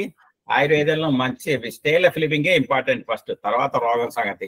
ఆ స్టైల్ ఆఫ్ లివింగే పోయింది కనుక ఆయుర్వేదం పనిచేయదు. ఇదేంటో వచ్చేసేసరికి ఏమైంది, రీసెంట్ గా వచ్చినాయి ఆయుర్వేద. క్యాన్సర్ అనేది డెడ్లీ డిసీజ్ అని పడిపోయింది. వస్తే నయం లేదు, దానికి మందు లేదు అనే ధ్యాస పడిపోయింది అనమాట. అది కాదు, అది ఉంది అని చెప్పి రీసెంట్ వరల్డ్ హెల్త్ ఆర్గనైజేషన్ అక్కడి నుంచి కూడా ఆల్ ఓవర్ వరల్డ్ రీసెంట్ గా 2010 నుంచి ఉన్నది క్యూరబుల్ అని చెప్పి, if it is identified, డయాగ్నైజ్డ్ at the right time, it can be cured. It can be cured అంటాడు అనమాట. ఇట్ కెన్ బి క్యూర్డ్ అని చెప్పడానికి వచ్చింది. అక్కడి నుంచి ఎక్కడ క్యూరబుల్ ఎక్కడ అనే దాంట్లో తీసుకుని మనం ఐడెంటిఫైడ్ క్యూరబుల్ అంటే ఉన్నాయి మన క్యూరబుల్ హౌసెస్, క్యూరబుల్ ప్లానెట్స్ ఇవన్నీ ఉన్నాయి. ఆ సిస్టమ్స్ అన్ని ఒకటే. ఓన్లీ క్యాన్సర్కి అంటే పర్టికులర్గా క్యాన్సర్ అనేది స్వెల్లింగ్ అనమాట. జీవకణం పెరుగుతుంది. జీవకణం పెరిగి 2 అవుతుంది, 2 అయ్యి 4 అయ్యి అట్లా పెరుగుతుంటుంది బాడీలో. ఈ క్యాన్సర్ విషయంలో పెరిగిన జీవకణం 2 కాదు, ఆ 1గానే కంటిన్యూ అవుతూ ఉంటుంది. ఆ జీవకణం మల్టిప్లిసిటీ ఆఫ్ కణాలు. అది పెరుగుదల అనేది గురుడు అనమాట. గురుడు చెడిపోతే ఫస్ట్ దానికి ఇన్ఫెక్షన్ జరిగితే దానివల్ల క్యాన్సర్ వస్తుంది. దాంతో మిగతా ప్లానెట్లు దీంట్లో అది క్యూరబులా లేదా తర్వాత సంగతి అనమాట. అది ఐడెంటిఫై అయితే ప్రాక్టికల్ గా. దానికి తోడు మార్స్ కుజుడు చూసుకోవాలి. కుజుడు చెడిపోయాడా, రాహు చెడిపోయాడా, ఈ మ్యానిఫిక్ ప్లానెట్స్ అని ఈ గేమ్ అంతా మామూలే. ముఖ్యంగా మొదలెట్టాలన్నమాట. బట్ అనే క్యాన్సర్ గానే రాహుకి వెళ్ళిపోతారు ఇన్ఫెక్షన్ అని చెప్పేసి, ఇది కాదు, గురుడితో మొదలవుతుంది అనమాట. ఈ తర్వాత ఎన్ని గ్రహాలు కలిస్తే ఎట్లా అవుతుంది ఏంటి అనేది మొత్తం ఆయుర్దాయం ఉంటే వాడికి ఏమన్నా క్యూర్ ఉంటుంది. క్యూర్ అయ్యి ఆయుర్దాయం అనుభవిస్తాడా, క్యూర్ కాకుండా క్రానిక్ పేషెంట్ కింద ఆయుర్దాయం అనుభవిస్తాడా, ఈ 2 రకాలు మెడికల్ అస్ట్రాలజీలో. క్యూర్ ఉందా లేదా ఇన్ని రకాలుగా అవుతూ ఉంటుంది అనమాట. అందుకని క్యూర్ ఉందా లేదా, ఫస్ట్ ఆయుర్దాయం ఉందా లేదా, క్యూర్ ఉందా లేదా, దీనికి ఎప్పుడు క్యూర్ అవుతుంది వీడికి, మెడికల్ ఫెసిలిటీస్ వీడి అఫోర్డబుల్ అవునా కాదా. మెడికల్ ఫెసిలిటీస్ పెట్టుకోలేని వాళ్ళు లేటెస్ట్ పోతున్నారు, పెట్టుకునే వాళ్ళు అందకమైన వాళ్ళు పోతున్నారు. ఈ కాస్ట్లీ ట్రీట్మెంట్లు అయిపోయినాయి కదా ఇప్పుడు, దానివల్ల పోతూ ఉంటారు అనమాట వాళ్ళు. ఈ రకాలుగా ఇది చూసుకుంటూ వస్తుంటే ఈ క్యూర్ అనేది తెలుస్తుంది. ఇక్కడ నాకు ఒక కేసు ఏం తగిలేదంటే, ఒక మదర్కి క్యాన్సర్తో పోయింది. ఆయనకి 4 పిల్లలు, 4కి క్యాన్సర్ వచ్చింది. ఒకళ్ళు పోయినారు, ఇద్దరు పోయినారు. ఇద్దరికేమో క్యాన్సర్ క్యూర్ అయింది. మళ్ళీ మనవలకి వచ్చింది క్యాన్సర్. మనవాళ్ళు ఒకడు పోయినాడు, ఒకడు క్యూర్ అవుతుంది, నడుస్తున్నాడు. అంటే ఇక్కడ ఏమనిపిస్తుంది మనకి, ఇన్హెరిటెడ్ కాంజెంట్లా. ఈ క్యాన్సర్ అనేది కాంజెంట్లా ఇన్హెరిటెడా అని మనం ఎక్కడ ఎదిగినా మనకి మెడికల్గా ఎవడో ఒప్పుకోవట్లా. మన అథారిటీ కాదు దాన్ని క్యాండిడేట్లు అని చెప్పడానికి. అందుకని ఏం చేయాలి, మన సూత్రాల్లో నేను చేసిన పని, మన సూత్రాల్లో కాంజెంట్లు అంటానికి ఏ భావాలు తీసుకుంటాం, ఏ భావాలు తీసుకుంటాం, ఏ భావాధిపతులు తీసుకుంటాం, ఇది క్యాంజెల్ అంటే పాసిబిలిటీ ఉంటే అవి అక్కడ సరిపోతున్నాయి వాళ్ళకి. అందుకని in this case it has come as a congenital, but we cannot generalise the situation అని చెప్పా. It how to generalise this depends on the World Health Organization. I'm not competent to generalise that. అందుకని మనం కాదనకూడదు. ఈ medical అస్ట్రాలజీలో ఇంకో point ఏంటంటే, medical astrology is not a substitute for medical theories, medical diagnosis, medical treatment. అదే మందు మనం డిస్క్లైమర్ పెట్టాలి. మెడికల్ అస్ట్రాలజీకి ఆర్టికల్స్ ఎవరు రాసినా, ఎవరు చదివినా, ఎవరు రాసినా నా బుక్స్ లో ఉంటుంది. First point, medical astrology is not a substitute for medical diagnosis, medical treatment, medical remedies అని పెట్టుకోవాలి. అందుకనే మనం గొప్పగా చెప్పకూడదు. ఇప్పుడు మన పూర్వకాలం ఎన్నో శ్లోకాలు ఉంటాయి, ఎంతోమంది ఆదర్శ చెప్పారు, కానీ ఈ కాలం కుదరదు. వాడి స్టైల్ ఆఫ్ లివింగ్ పోతుంది అక్కడ. వాడి స్టైల్ ఆఫ్ లివింగ్ పోతుంటే ఏం చేస్తాడు వాడు? ఒక ఆయన స్టైల్ ఆఫ్ లివింగ్ అంటే క్యాన్సర్ ట్రీట్మెంట్ కి ఉన్నాడు. ఆ ట్రీట్మెంట్ కెమోలు చేస్తున్నారు, అది చేస్తున్నారు, బాగానే రెక్టిఫై అవుతుంది, మంచి రిప్లైస్ వస్తున్నారు, చేస్తున్నారు, అది చేస్తున్నారు. ఒకనాడు తిరగబడింది ఆయనకి, హాస్పిటల్లోనే ఉంటున్నాడు. తిరగబడింది ఆయనకి. నేను దాకా బాగుంది అన్నమాట, రేపు పొద్దున్న తిరగబడింది అనమాట. ఏదిరా తిరగబడితే రాత్రి మందు కొట్టాడు అన్నారు. హాస్పిటల్లో ఉంటే మందు ఎందుకు కొట్టాడరా? ఎట్లా కొట్టాడంటే ఆ వార్డు బాయ్ చెప్తే వాడు తెచ్చిచ్చాట. మరి ఏం చెప్పాలి? ఇది ఎవడి బిహేవియరు, ఎవడి కర్మ, ఎవడు స్వీకృతం? జరిగిన పనే ఇది. నాకు తెలుసు ఆ క్యాండిడేట్. మరి ఇంకా వాడికి ఏం పని చేస్తుంది? మందు పని చేయమంటే అది వాడి పాపం అతి కష్టమే తెలుసుకొని అప్పటికే 30-40 లక్షలు అయిపోయినాయి వాళ్ళకి. ఒక్కొక్కసారి కెమోదారికి 6 లక్షలు 8 లక్షలు పెడతారనమాట. అట్లా పెట్టి ట్రీట్మెంట్ చేస్తుంటే వాడు మందు తెప్పించి వాడు పైన పిలిస్తే ఆడు తెప్పమన్నాడు, అది తెచ్చేసాడు, చేసేసాడు. అట్లా ఉంటుంది అనమాట. ఇవి కర్మ సిద్ధాంతాన్ని ఎక్కడ తప్పదు. వాడికి ఆయుధం అయిపోయింది కనుక వాడు ఆ పిచ్చి వేషాలు వేసాడు. స్టైల్ ఆఫ్ లివింగ్ లేదు. ప్రివెన్షన్ కింద ఏం చేస్తారు అనే దానికి రాకముందు చేయటానికి ప్రివెన్షన్, స్టైల్ ఆఫ్ లివింగ్ కావాలి. వచ్చినాక చేయటానికి ఎంతవరకు తగ్గుతుంది? అన్నిటికీ ఆయుర్దాయం బాగుండాలంటే ఆరోగ్యం ఉందా, ఆయుర్దాయం ఉందా, ఎప్పుడెప్పుడు ఇబ్బంది పెడతాడు, ఇవన్నీ చూసుకుంటే కానీ ప్రతి ఇండివిజువల్ కేసులో చెప్పాల్సిందే. ఆ ఇండివిజువల్ కేసులో ఎక్కడైనా బిల్ట్ ఇది ఏంటంటే తీగ బెండ్ అవుతుంది, తీగ బ్రేక్ అయిపోతుంది కూడా. అట్లా ఆ లైఫ్ బ్రేక్ అయిపోతుంది, లైఫ్ బెండ్ అయిపోతుంది. ఏ క్షణంలో ఎంత ఆయుర్దాయం కనిపిస్తున్నా ఆ 1 రోజు 2 రోజులు మిస్క్యారేజ్ అయింది అంటే దెబ్బ తినేస్తుంది అనమాట. మిస్పెల్ట్ అనమాట. ఆ రేస్ లో అయిపోతుంది అనమాట. ఆ రకంగా ఇది చూసుకో. ఇది క్యాన్సర్ గురించి ఇప్పుడు నేను రాసింది సూక్ష్మంగా. మనం ఏదో పెడతాం, అది చేస్తాం బాగానే ఉంది. మనం మా గైడ్ గారు కృష్ణకాంత్ తెలుసు, ఆయన కూడా బాగుంది అన్నాడు, పెడతాం అన్నాడు. నువ్వు ప్రింట్ చేయమని ఆయనే సలహా ఇచ్చాడండి. కృష్ణకాంత్ గారు ఆయనే ఇచ్చాడు సలహా. సరేలే అన్నాను. అదేదో చూడాలి, దానికి డబ్బులు అవుతాయి బోల్డ్, అందుకని ఒకటి పట్టుకున్నా నేను. వాడి చేయమని చెబుతా. నేనేం డబ్బులు ఖర్చు పెట్టలేను కూడా. క్వశ్చన్ లేదు. తక్కువైనా ఎక్కువైనా పెట్టను కూడా సిద్ధాంతం. అందుకని అది వస్తుంది, ప్రింట్ అవుతుంది. తర్వాత మనం ఎప్పుడన్నా కావాలని చెప్పుకోవచ్చు, వేరే డిస్కస్ చేసుకోవచ్చు జనరల్ పాయింట్ మీద. ఇప్పుడు పుస్తకం అంతా తీసేసి అంతా మనం ప్రజెంటేషన్ చేసి అందులో పాఠాలు చెప్పే అవసరం లేదు. అది జనరల్ థియరీ, క్యాన్సర్ థియరీస్ ఎట్లా అని చెప్పుకోవచ్చు, అవి చెప్పుకోవచ్చు. ఇంకేమన్నా డౌట్లు, ఏమన్నా అనుమానం ఉంటే అడగండి. నాకు చెప్పిన దాంట్లో అనుమానం ఉందా, మీకు సబ్జెక్ట్ లో అనుమానం ఉందా, నేను నిజంగా చేశానా లేదా? అది చాలా మంది ఉన్నారు మనకి, సోదరి మనలందరూ. నా శ్రేయోభిలాషులే. వీళ్ళందరి గుడ్ విషెస్ నాకు బలం. నిజానికి I'm the secret of my success is all my well wishes every day. They ask something or other. ఇదేంది అది ఉంది అంటూనే ఉంటారు. ఏదో ఒకటి చిన్నదైనా పెద్దదైనా నేను ఊహిస్తాను, ఆన్సర్ చేస్తాను, లేకపోతే తర్వాత చెబుతా అంట. ఎందుకంటే ఏ చిన్న డౌట్ తీసేయటానికి వెళ్ళా మనకి. ఆ చిన్న డౌట్ వెనకాల ఎంత పెద్ద గ్రహం ఉందో మనకి తెలియదు అనమాట. డౌట్ చిన్నగానే కనిపిస్తుంది, అడిగిన ఆయన ఏదో చిన్న ఆయన కనిపిస్తాడు, కానీ దాని వెనకాల చాలా ఉంటుంది అనమాట తర్వాత ఆలోచిస్తే. అందుకని ప్రయత్నం చేయాల్సిందే. అందుకని నా ఓపి కానీ నా స్ట్రెంగ్త్ కానీ ఏంటంటే well wishes like all of you. And good wishes, blessings of all gurus like you. అప్పటి నుంచి నాకు ప్రతి నెల మన కమలాకర్ శర్మ గారు, సువర్ణ గారు ప్రతి నెల మీటింగ్ లో నన్ను పిలిచి మాట్లాడమనేవాళ్ళు. ఏదో నేను తప్పించుకుంటాను చూసేవాడిని, ఏది లేదు మాట్లాడాలనేవాడు. ప్రతి సంవత్సరం ఒక ఆర్టికల్ ఇంగ్లీష్ లో రాయాలి, నేను ఇంగ్లీష్ లో రాస్తా, నెల నెల తెలుగులో రాయలేను నేను. నన్ను వదిలేసి ఇంగ్లీష్ లో పట్టుకు నువ్వే రాయాలని పెట్టేవాళ్ళు. వీళ్ళిద్దరూ మా గురువులు. అప్పటి నుంచి 20 ఏళ్ళ మట్టి వాళ్ళు రాసిన నోట్స్ చదువుకున్నాం MA తెలుగు యూనివర్సిటీలో.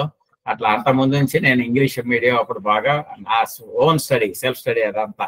ఇక్కడ తెలుగు పుస్తకాలు చదివటం, తెలుగు మీడియం చదవటం, ఇవన్నీ గురువులు మాట్లాడిచ్చేవాళ్ళు నా చేత. మాట్లాడిచ్చేస్తే ఆ ఆర్టికల్ రాస్తుండాలి, దానికోసం చదువుతుండాలి. ఒక్కొక్క రోజు ఒక్కొక్క నెల ఒక్కొక్క టాపిక్ ఇచ్చేవాళ్ళు సుబ్రహ్మణ్యం గారు. ఆ టాపిక్ చదవాలి అంటే చాలా దుంపదగ్గది. 8th హౌస్ అని ఇచ్చారు. 8th హౌస్ మీద ఏం చెబుతాం, అన్ని కష్టాలు నష్టాలు అన్ని ఏమి లేదు చెప్పటమే కదా. నేను కొడుతుండేవాడిని ఏదో ఒకటి చెప్పాలని. అందులో ఒక పాయింట్ చెప్తా ఇప్పుడు మీకు. 8th house positives of 8th house అని ఉండాలి. ప్రతి హౌస్ కి పాజిటివ్ ఉంటుంది, నెగిటివ్ ఉంటుంది. 8th హౌస్ లో కొన్ని పాజిటివ్స్ ఉన్నాయి. పాజిటివ్స్ ఆఫ్ 8th హౌస్ ఒక పాయింట్ ఏంటంటే, మన ప్రతి అస్ట్రాలజరు మన జాతకంలో 8th హౌస్ ట్రిగర్ అయినప్పుడు, యాక్టివేట్ అయినప్పుడు జ్యోతిష్యం మొదలెట్టాం. మీరు చదువుకోండి, లెక్కేసి ఎవరన్నా ఇప్పుడు చదువుకోండి, మీకు నెల రోజులు టైం ఇచ్చా.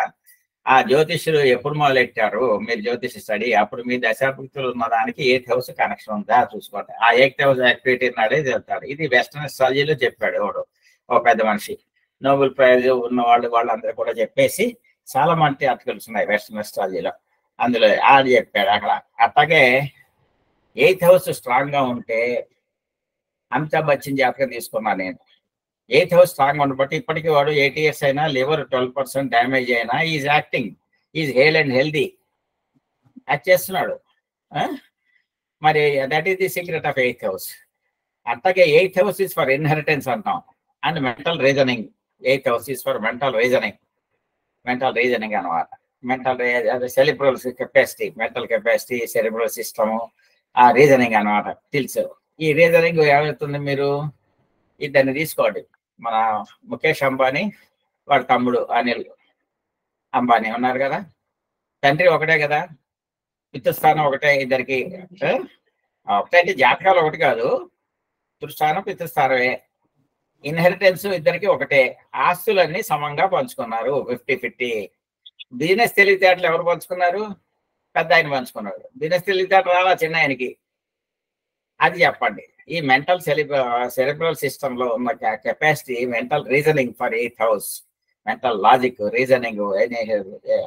పెద్ద పెద్ద నోబెల్ లారెట్స్ ఉంటారు. ఆ మెంటల్ రీజనింగ్ 8th హౌస్ బాగున్న వాళ్ళు నోబెల్ లారెట్స్ ఉన్నారు. వాడు విదేయ జీవితంలో విడిగా చెడిపోవచ్చు, వాడు వేరే సంగతి.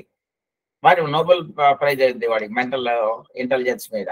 అట్లా ఈ ఇద్దరిని తీసుకుంటే, ముఖేష్ అంబానీకి వచ్చింది వాడికి బిజినెస్ ఇంటెలిజెన్స్ తండ్రి దగ్గర నుంచి వారసత్వం. వీడికి రాలా, వీడికి డబ్బులు వచ్చాయి కానీ రాలా.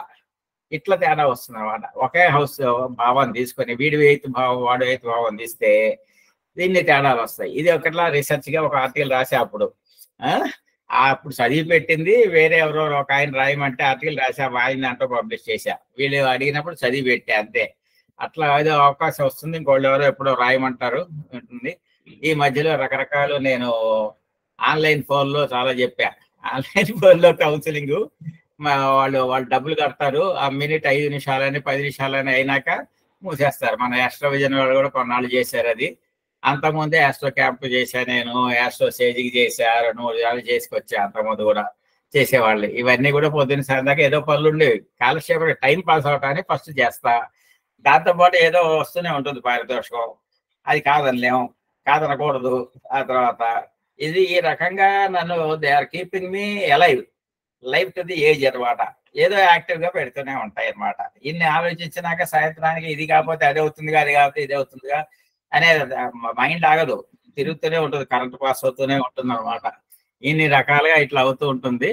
ఇప్పటికే చాలా టైం అయింది. మనకి గురువు గారు వచ్చారేమో, కమలాకర్ శర్మ గారు. వారు మా గురువు గారు. మొదటి వారి పాఠాలు చదివా, వారి పక్కన కూర్చొని ఇంటర్వ్యూలో స్టూడెంట్స్ ని ఇంటర్వ్యూ చేసేవాళ్ళం. నాకు భయం వేసేది, ఆయన పక్కన కూర్చోబెట్టి స్టూడెంట్స్ ని ఇంటర్వ్యూ చేయమంటే ఆయన ముందు క్వశ్చన్లు వేయడానికి నాకు భయం వేసేది, నిజంగా చెప్పాలి అంటే. ఇట్లా నీకు నాకు ఇప్పుడు ఈ అవకాశం వచ్చింది. అందుకని this is unending process. Research అనేది every one of us are doing. మనం ప్రతి వాడు చార్ట్ తీసుకున్నాడు ఏమవుతుంది అంటుంటే అది రిసర్చే. అది ప్రతి బర్త్ చార్ట్ వెనకాల there is a new soul అన్నమాట. 27 stars, 9 planets, 12 rashis, 12 bhavas. Multiplication చేసుకుంటే ఏముంది, ఆ పర్మిటేషన్ కాంబినేషన్స్. అందులో ఇప్పుడు world population is 1/4 of it అంతే. అని ఇంకా ఎన్ని చార్ట్లు ఉన్నాయో భగవంతుడి దగ్గర, వాడికే తెలియాలి, మనకి తెలియదు. అందుకని నాకు అవకాశం వచ్చిన పెద్దలకి, ముఖ్యంగా శాస్త్రి గారికి, అదే కృష్ణకాంత్ తమాషాగా కలిశాడు. 2 రోజుల ముందు ఎవరో చెప్పారు కానీ ఈ కృష్ణకాంత్ అవుదా కాదా అనుకున్నా. అక్కడికి వెళ్ళాక ఆయన ఫోన్ చేశారు. నేను ఏదో బ్రేక్ఫాస్ట్ చేస్తుంటే ఫోన్ చేస్తే, అవును ఎక్కడ ఉన్నావు నువ్వు అన్నా. నేను ఉదయపూర్లో ఉన్నాడు. అయితే ఈయనే అనుకుని నేను ఇక్కడే ఉన్నారమ్మన్నా వచ్చేసారు ఆయన అక్కడ. అదే పెద్ద సర్ప్రైజు. 100 సెంచరీస్ బాల్ కొట్టాలి అంటే 100 సెంచరీకి కొట్టిన బౌలర్ ఎవడంటే ఆయనే బౌలర్ నాకు. ఏంటి, కృష్ణకాంతే లాస్ట్ బౌలర్ అనమాట. నాకు 100 సెంచరీ కొట్టేందుకు ఆయనే బౌలర్ అనమాట. అట్లా ఆయనకి మొన్నే చెప్పా మాట, you are the last bowler for me to make century అని చెప్పా. అప్పుడు వచ్చారు. ఫినిషింగ్ టచ్ అంటారు, ఫోటో ఫినిష్ అంటారు. రేస్ కోర్స్ లో ఫోటో ఫినిష్ అని వస్తుంది. ఎవరికో తెలుసో తెలీదో, రేస్ కోర్స్ లో ఫోటో ఫినిష్ అని ఉంటుంది. 2 గుర్రాలు ఇటు పరిగెత్తే ఒక గుర్రం ఇటు ముందు మూత పెడుతుంది. అది ఫోటో ఫినిష్. ఆ ఫోటో తీసినప్పుడు ఆ ముందు మూతికి వెళ్ళే గుర్రం అవుతుంది.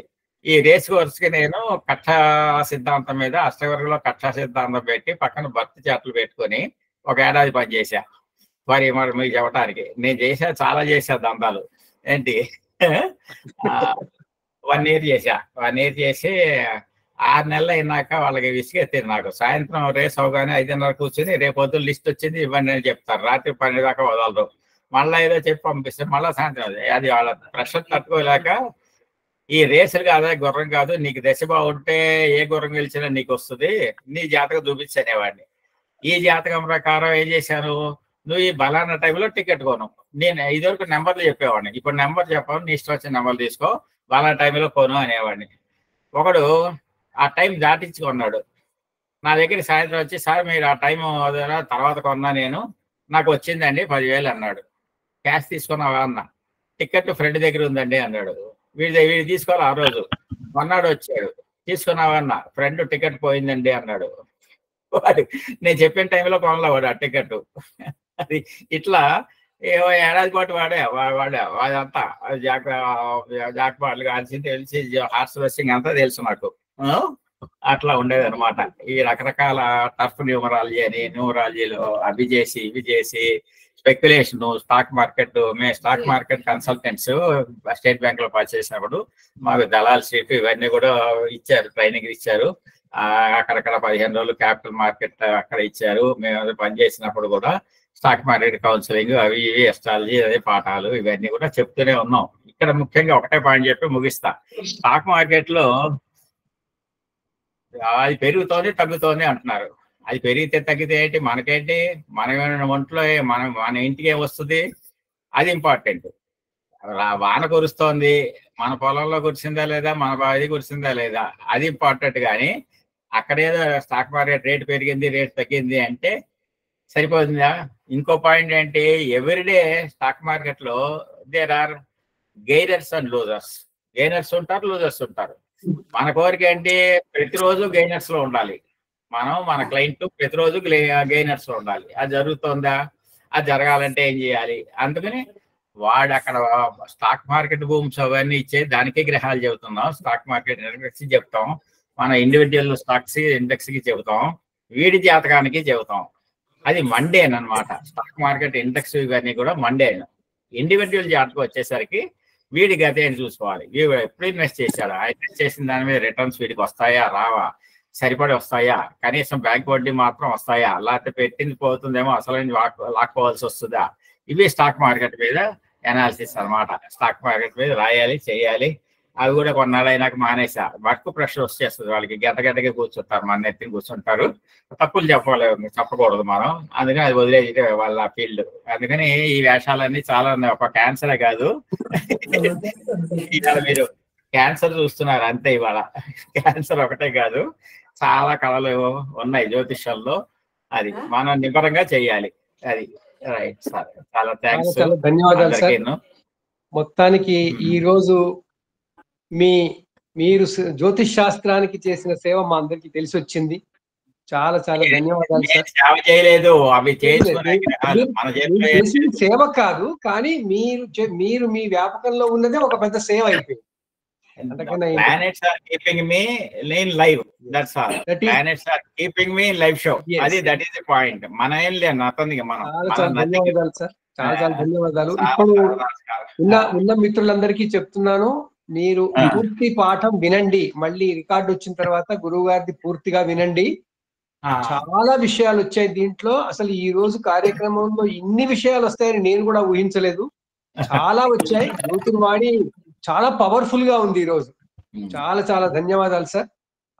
ప్రసాద్ గారు, మీరు ఏమైనా మాట్లాడతారా? మొదటి నుంచి చేయెత్తి పెట్టారు. ఏఎస్ ప్రసాద్ గారు.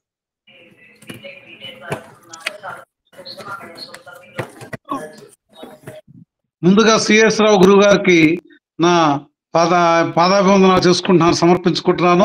అలాగే ఈ శతాధికంగా ఉన్నటువంటి ఈ సభలో ఉన్నటువంటి పండితులందరూ కూడాను శిరస్సు వంచి నమస్కరిస్తూ ఉన్నాను. అలాగే నేను గురువు గారి దగ్గర సిఎస్ రావు గురువు గారికి నేను శిష్యుడిగా ఉన్నందుకు గర్వపడుతూ, నేను నిన్న వారితో పాటు ఉదయపూర్ వెళ్ళి ఆ సభలో ప్రత్యక్షంగా పాల్గొని వారికి నేను అట్లా ఉన్న సందర్భంగా 2 లైన్లు చదువుతాను ఇంగ్లీష్ లో. దయచేసి నాకు అనుమతించవలసిందిగా ప్రార్థన. CS Rao sir, physically is at 81, psychologically he is at 21. His knowledge is abundant. KP is his patent. He is a man of action. All his predictions are in perfection. He respects from young to old. By nature he is not less than gold. He never hesitates to learn. He gives his guidance for not to earn. I wish God bless him with a century of life and do celebration every day along with his wife. Thank you, sir. నాకు ఈ అవకాశం ఇచ్చినందుకు మరొకసారి ఈ వేద సభకి, జ్యోతిష్ సభకి నా నమస్సుమాంజలి. సెలవు. చాలా చాలా ధన్యవాదాలు ప్రసాద్ గారు. మిగతా మిత్రులు చేయెత్తిన వాళ్ళు దయచేసి వెరీ వెరీ బ్రీఫ్ గా చెప్పండి. మన గురువు గారు ఇప్పుడు మాట్లాడాలి. మీరు ఏమైనా మాట్లాడదలుచుకుంటే? సార్ నేను ధనంజయని సార్. జాతకం చూడంగానే క్యాన్సర్ జాతకం అని చెప్పగలరా సార్? జాతకం చూడంగానే ఈ జాతకంది క్యాన్సర్ జాతకం అయ్యే అవకాశాలు ఉన్నాయని, అవగాహన అంటే వచ్చే అవకాశాలు ఉన్నాయని తెలుసుకుందామని కొద్దిగా. ధనంజయ్, ఈ జ్యోతిషాన్ని మన మానవుడు నిర్మించేటువంటి యంత్రాల లాగా యూజ్ చేసుకోలేము. చాలా ఇంపార్టెంట్. ఇప్పుడు దీన్ని ఇంత ఇదిగా యూజ్ చేసుకోమని ఋషులు కూడా ఊహించలేదు, చెప్పలేదు.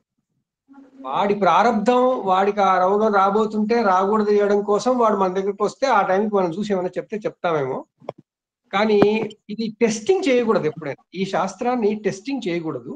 ఈ శాస్త్రంలో అన్ని మనకి లెక్క ప్రకారం, అన్ని గణితం ప్రకారం దొరుకుతాయి అనుకోకూడదు. గణితం లేదు దీంట్లో. గణితంతో చెయ్యాలి కానీ గణితం లేదు దీంట్లో.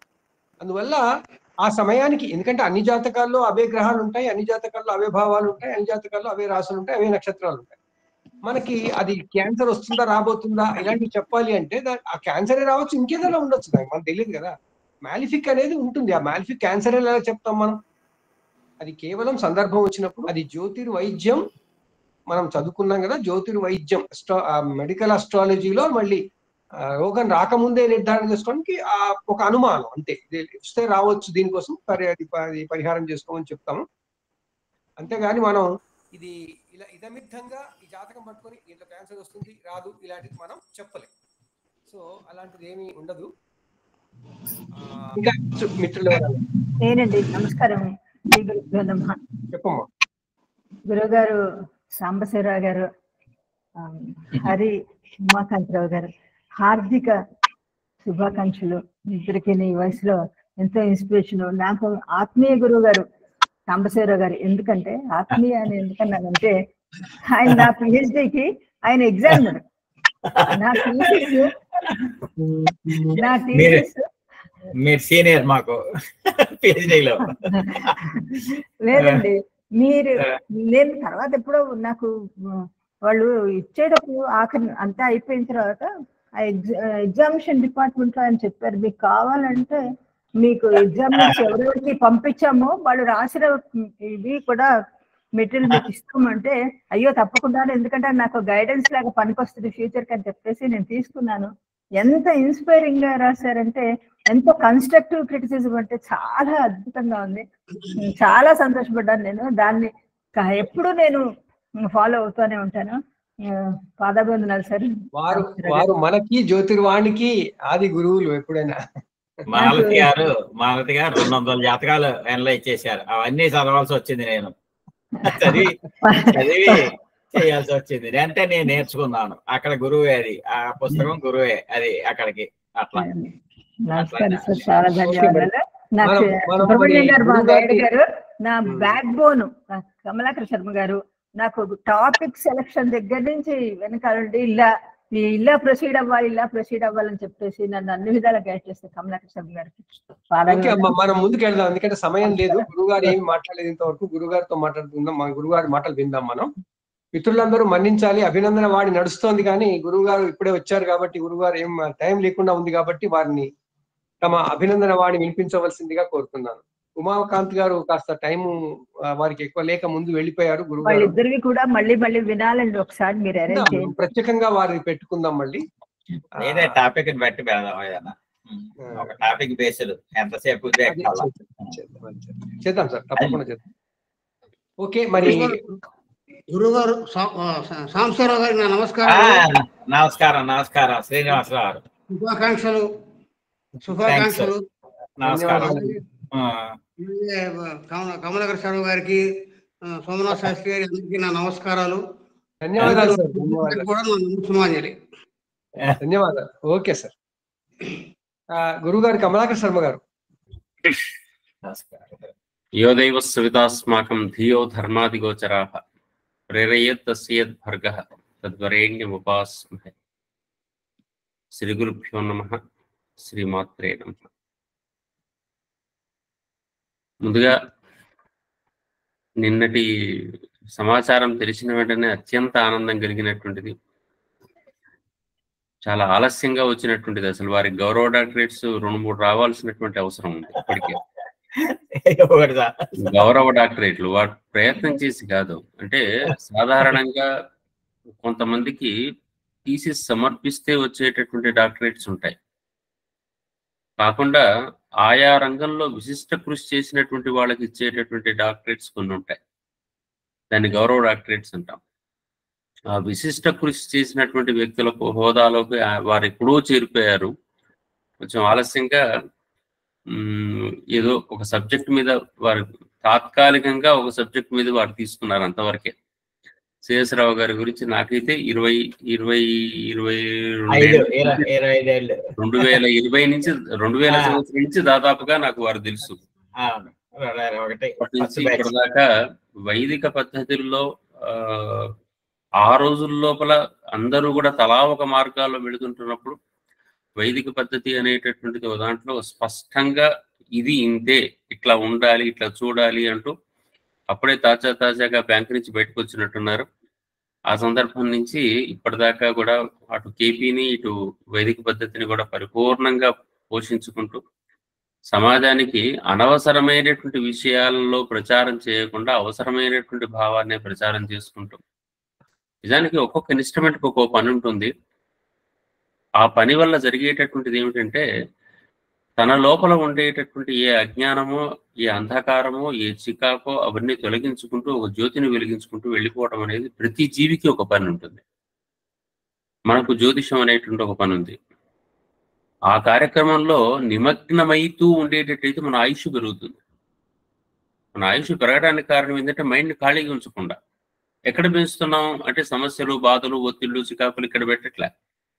ఒక వెలుగుల దగ్గర, ఒక జ్ఞానం దగ్గర, ఒక సబ్జెక్ట్ దగ్గర ఈ సమాజం ఏంటి, వ్యవహారం ఏంటి అంటూ ఆలోచన చేస్తూ చేస్తూ ఒక ఉపాసనా భావంతో వెళ్ళిపోతున్నాం.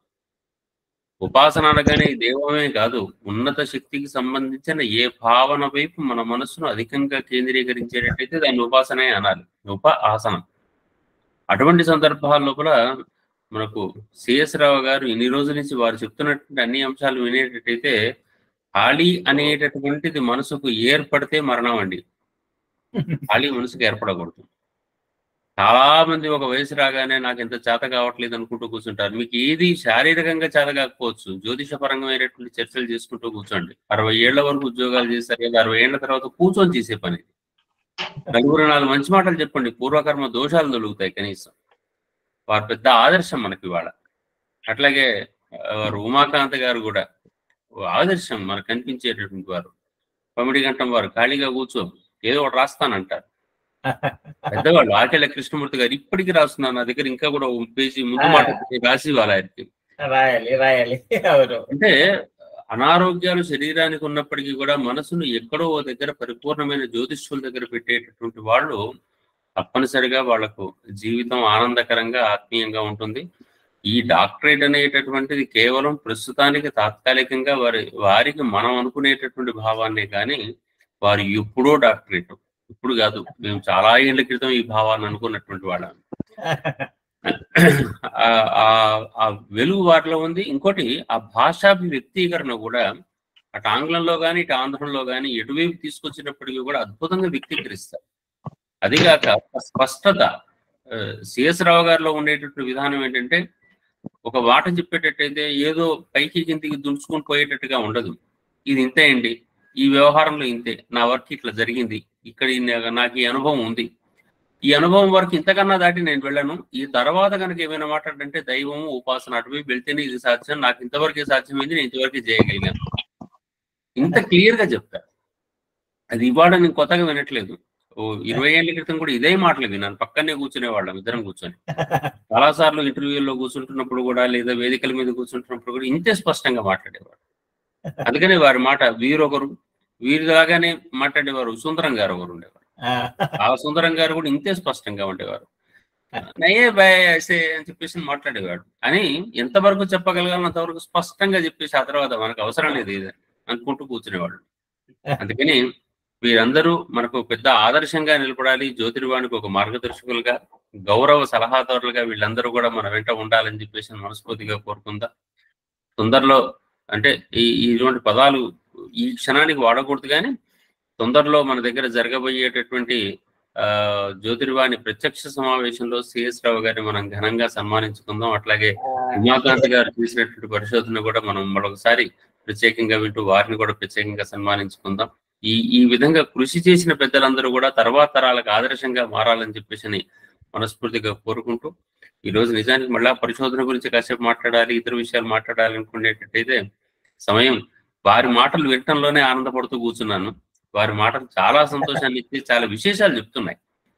అన్ని విషయాల్లోనూ అంత స్పష్టత ఉందా లేదా తర్వాత చర్చ, కానీ వారు చేసినటువంటి వరుసలో వారికి ఉన్నటువంటి అనుభవం అంతా కూడా మనం విన్నాం కాబట్టి అనుభవాన్ని మళ్ళీ మళ్ళీ విందాం, గుర్తు చేసుకుందాం. అప్పుడప్పుడు కూడా వారి మాటలను ఎంత క్లియర్ గా చెప్తుంటారండి. ఇగో ఈ సబ్జెక్ట్ లో నాకేం పరిచయం లేదండి, ఇది నాది కాదు, నేను ఎక్కువ తక్కువ మాట్లాడలేనని చెప్పేస్తారు. ఒక్కోసారి గురుగారు సోమనాథ్ శాస్త్రి గారు పిలిచినప్పుడు, ఒక్కోసారి ఈ సబ్జెక్ట్ నేను మాట్లాడతానండి అని డైరెక్ట్ గా వచ్చేస్తారు. తనది కాని దాన్ని వీలు పెట్టడానికి కానీ తనది అయినటువంటి దాంట్లో తనకున్న భావాన్ని పంచుకోవడానికి కానీ వెనుకాడని వ్యక్తుల లోపల మనకు సిఎస్ రావు గారు ఒకరు కనపడుతుంటారు. అయ్యా మీకు మరొకసారి సాంబశివరావు గారు మరొకసారి ప్రత్యేకంగా మీకు గురువు గారికి నమస్కారం, అభినందనలు.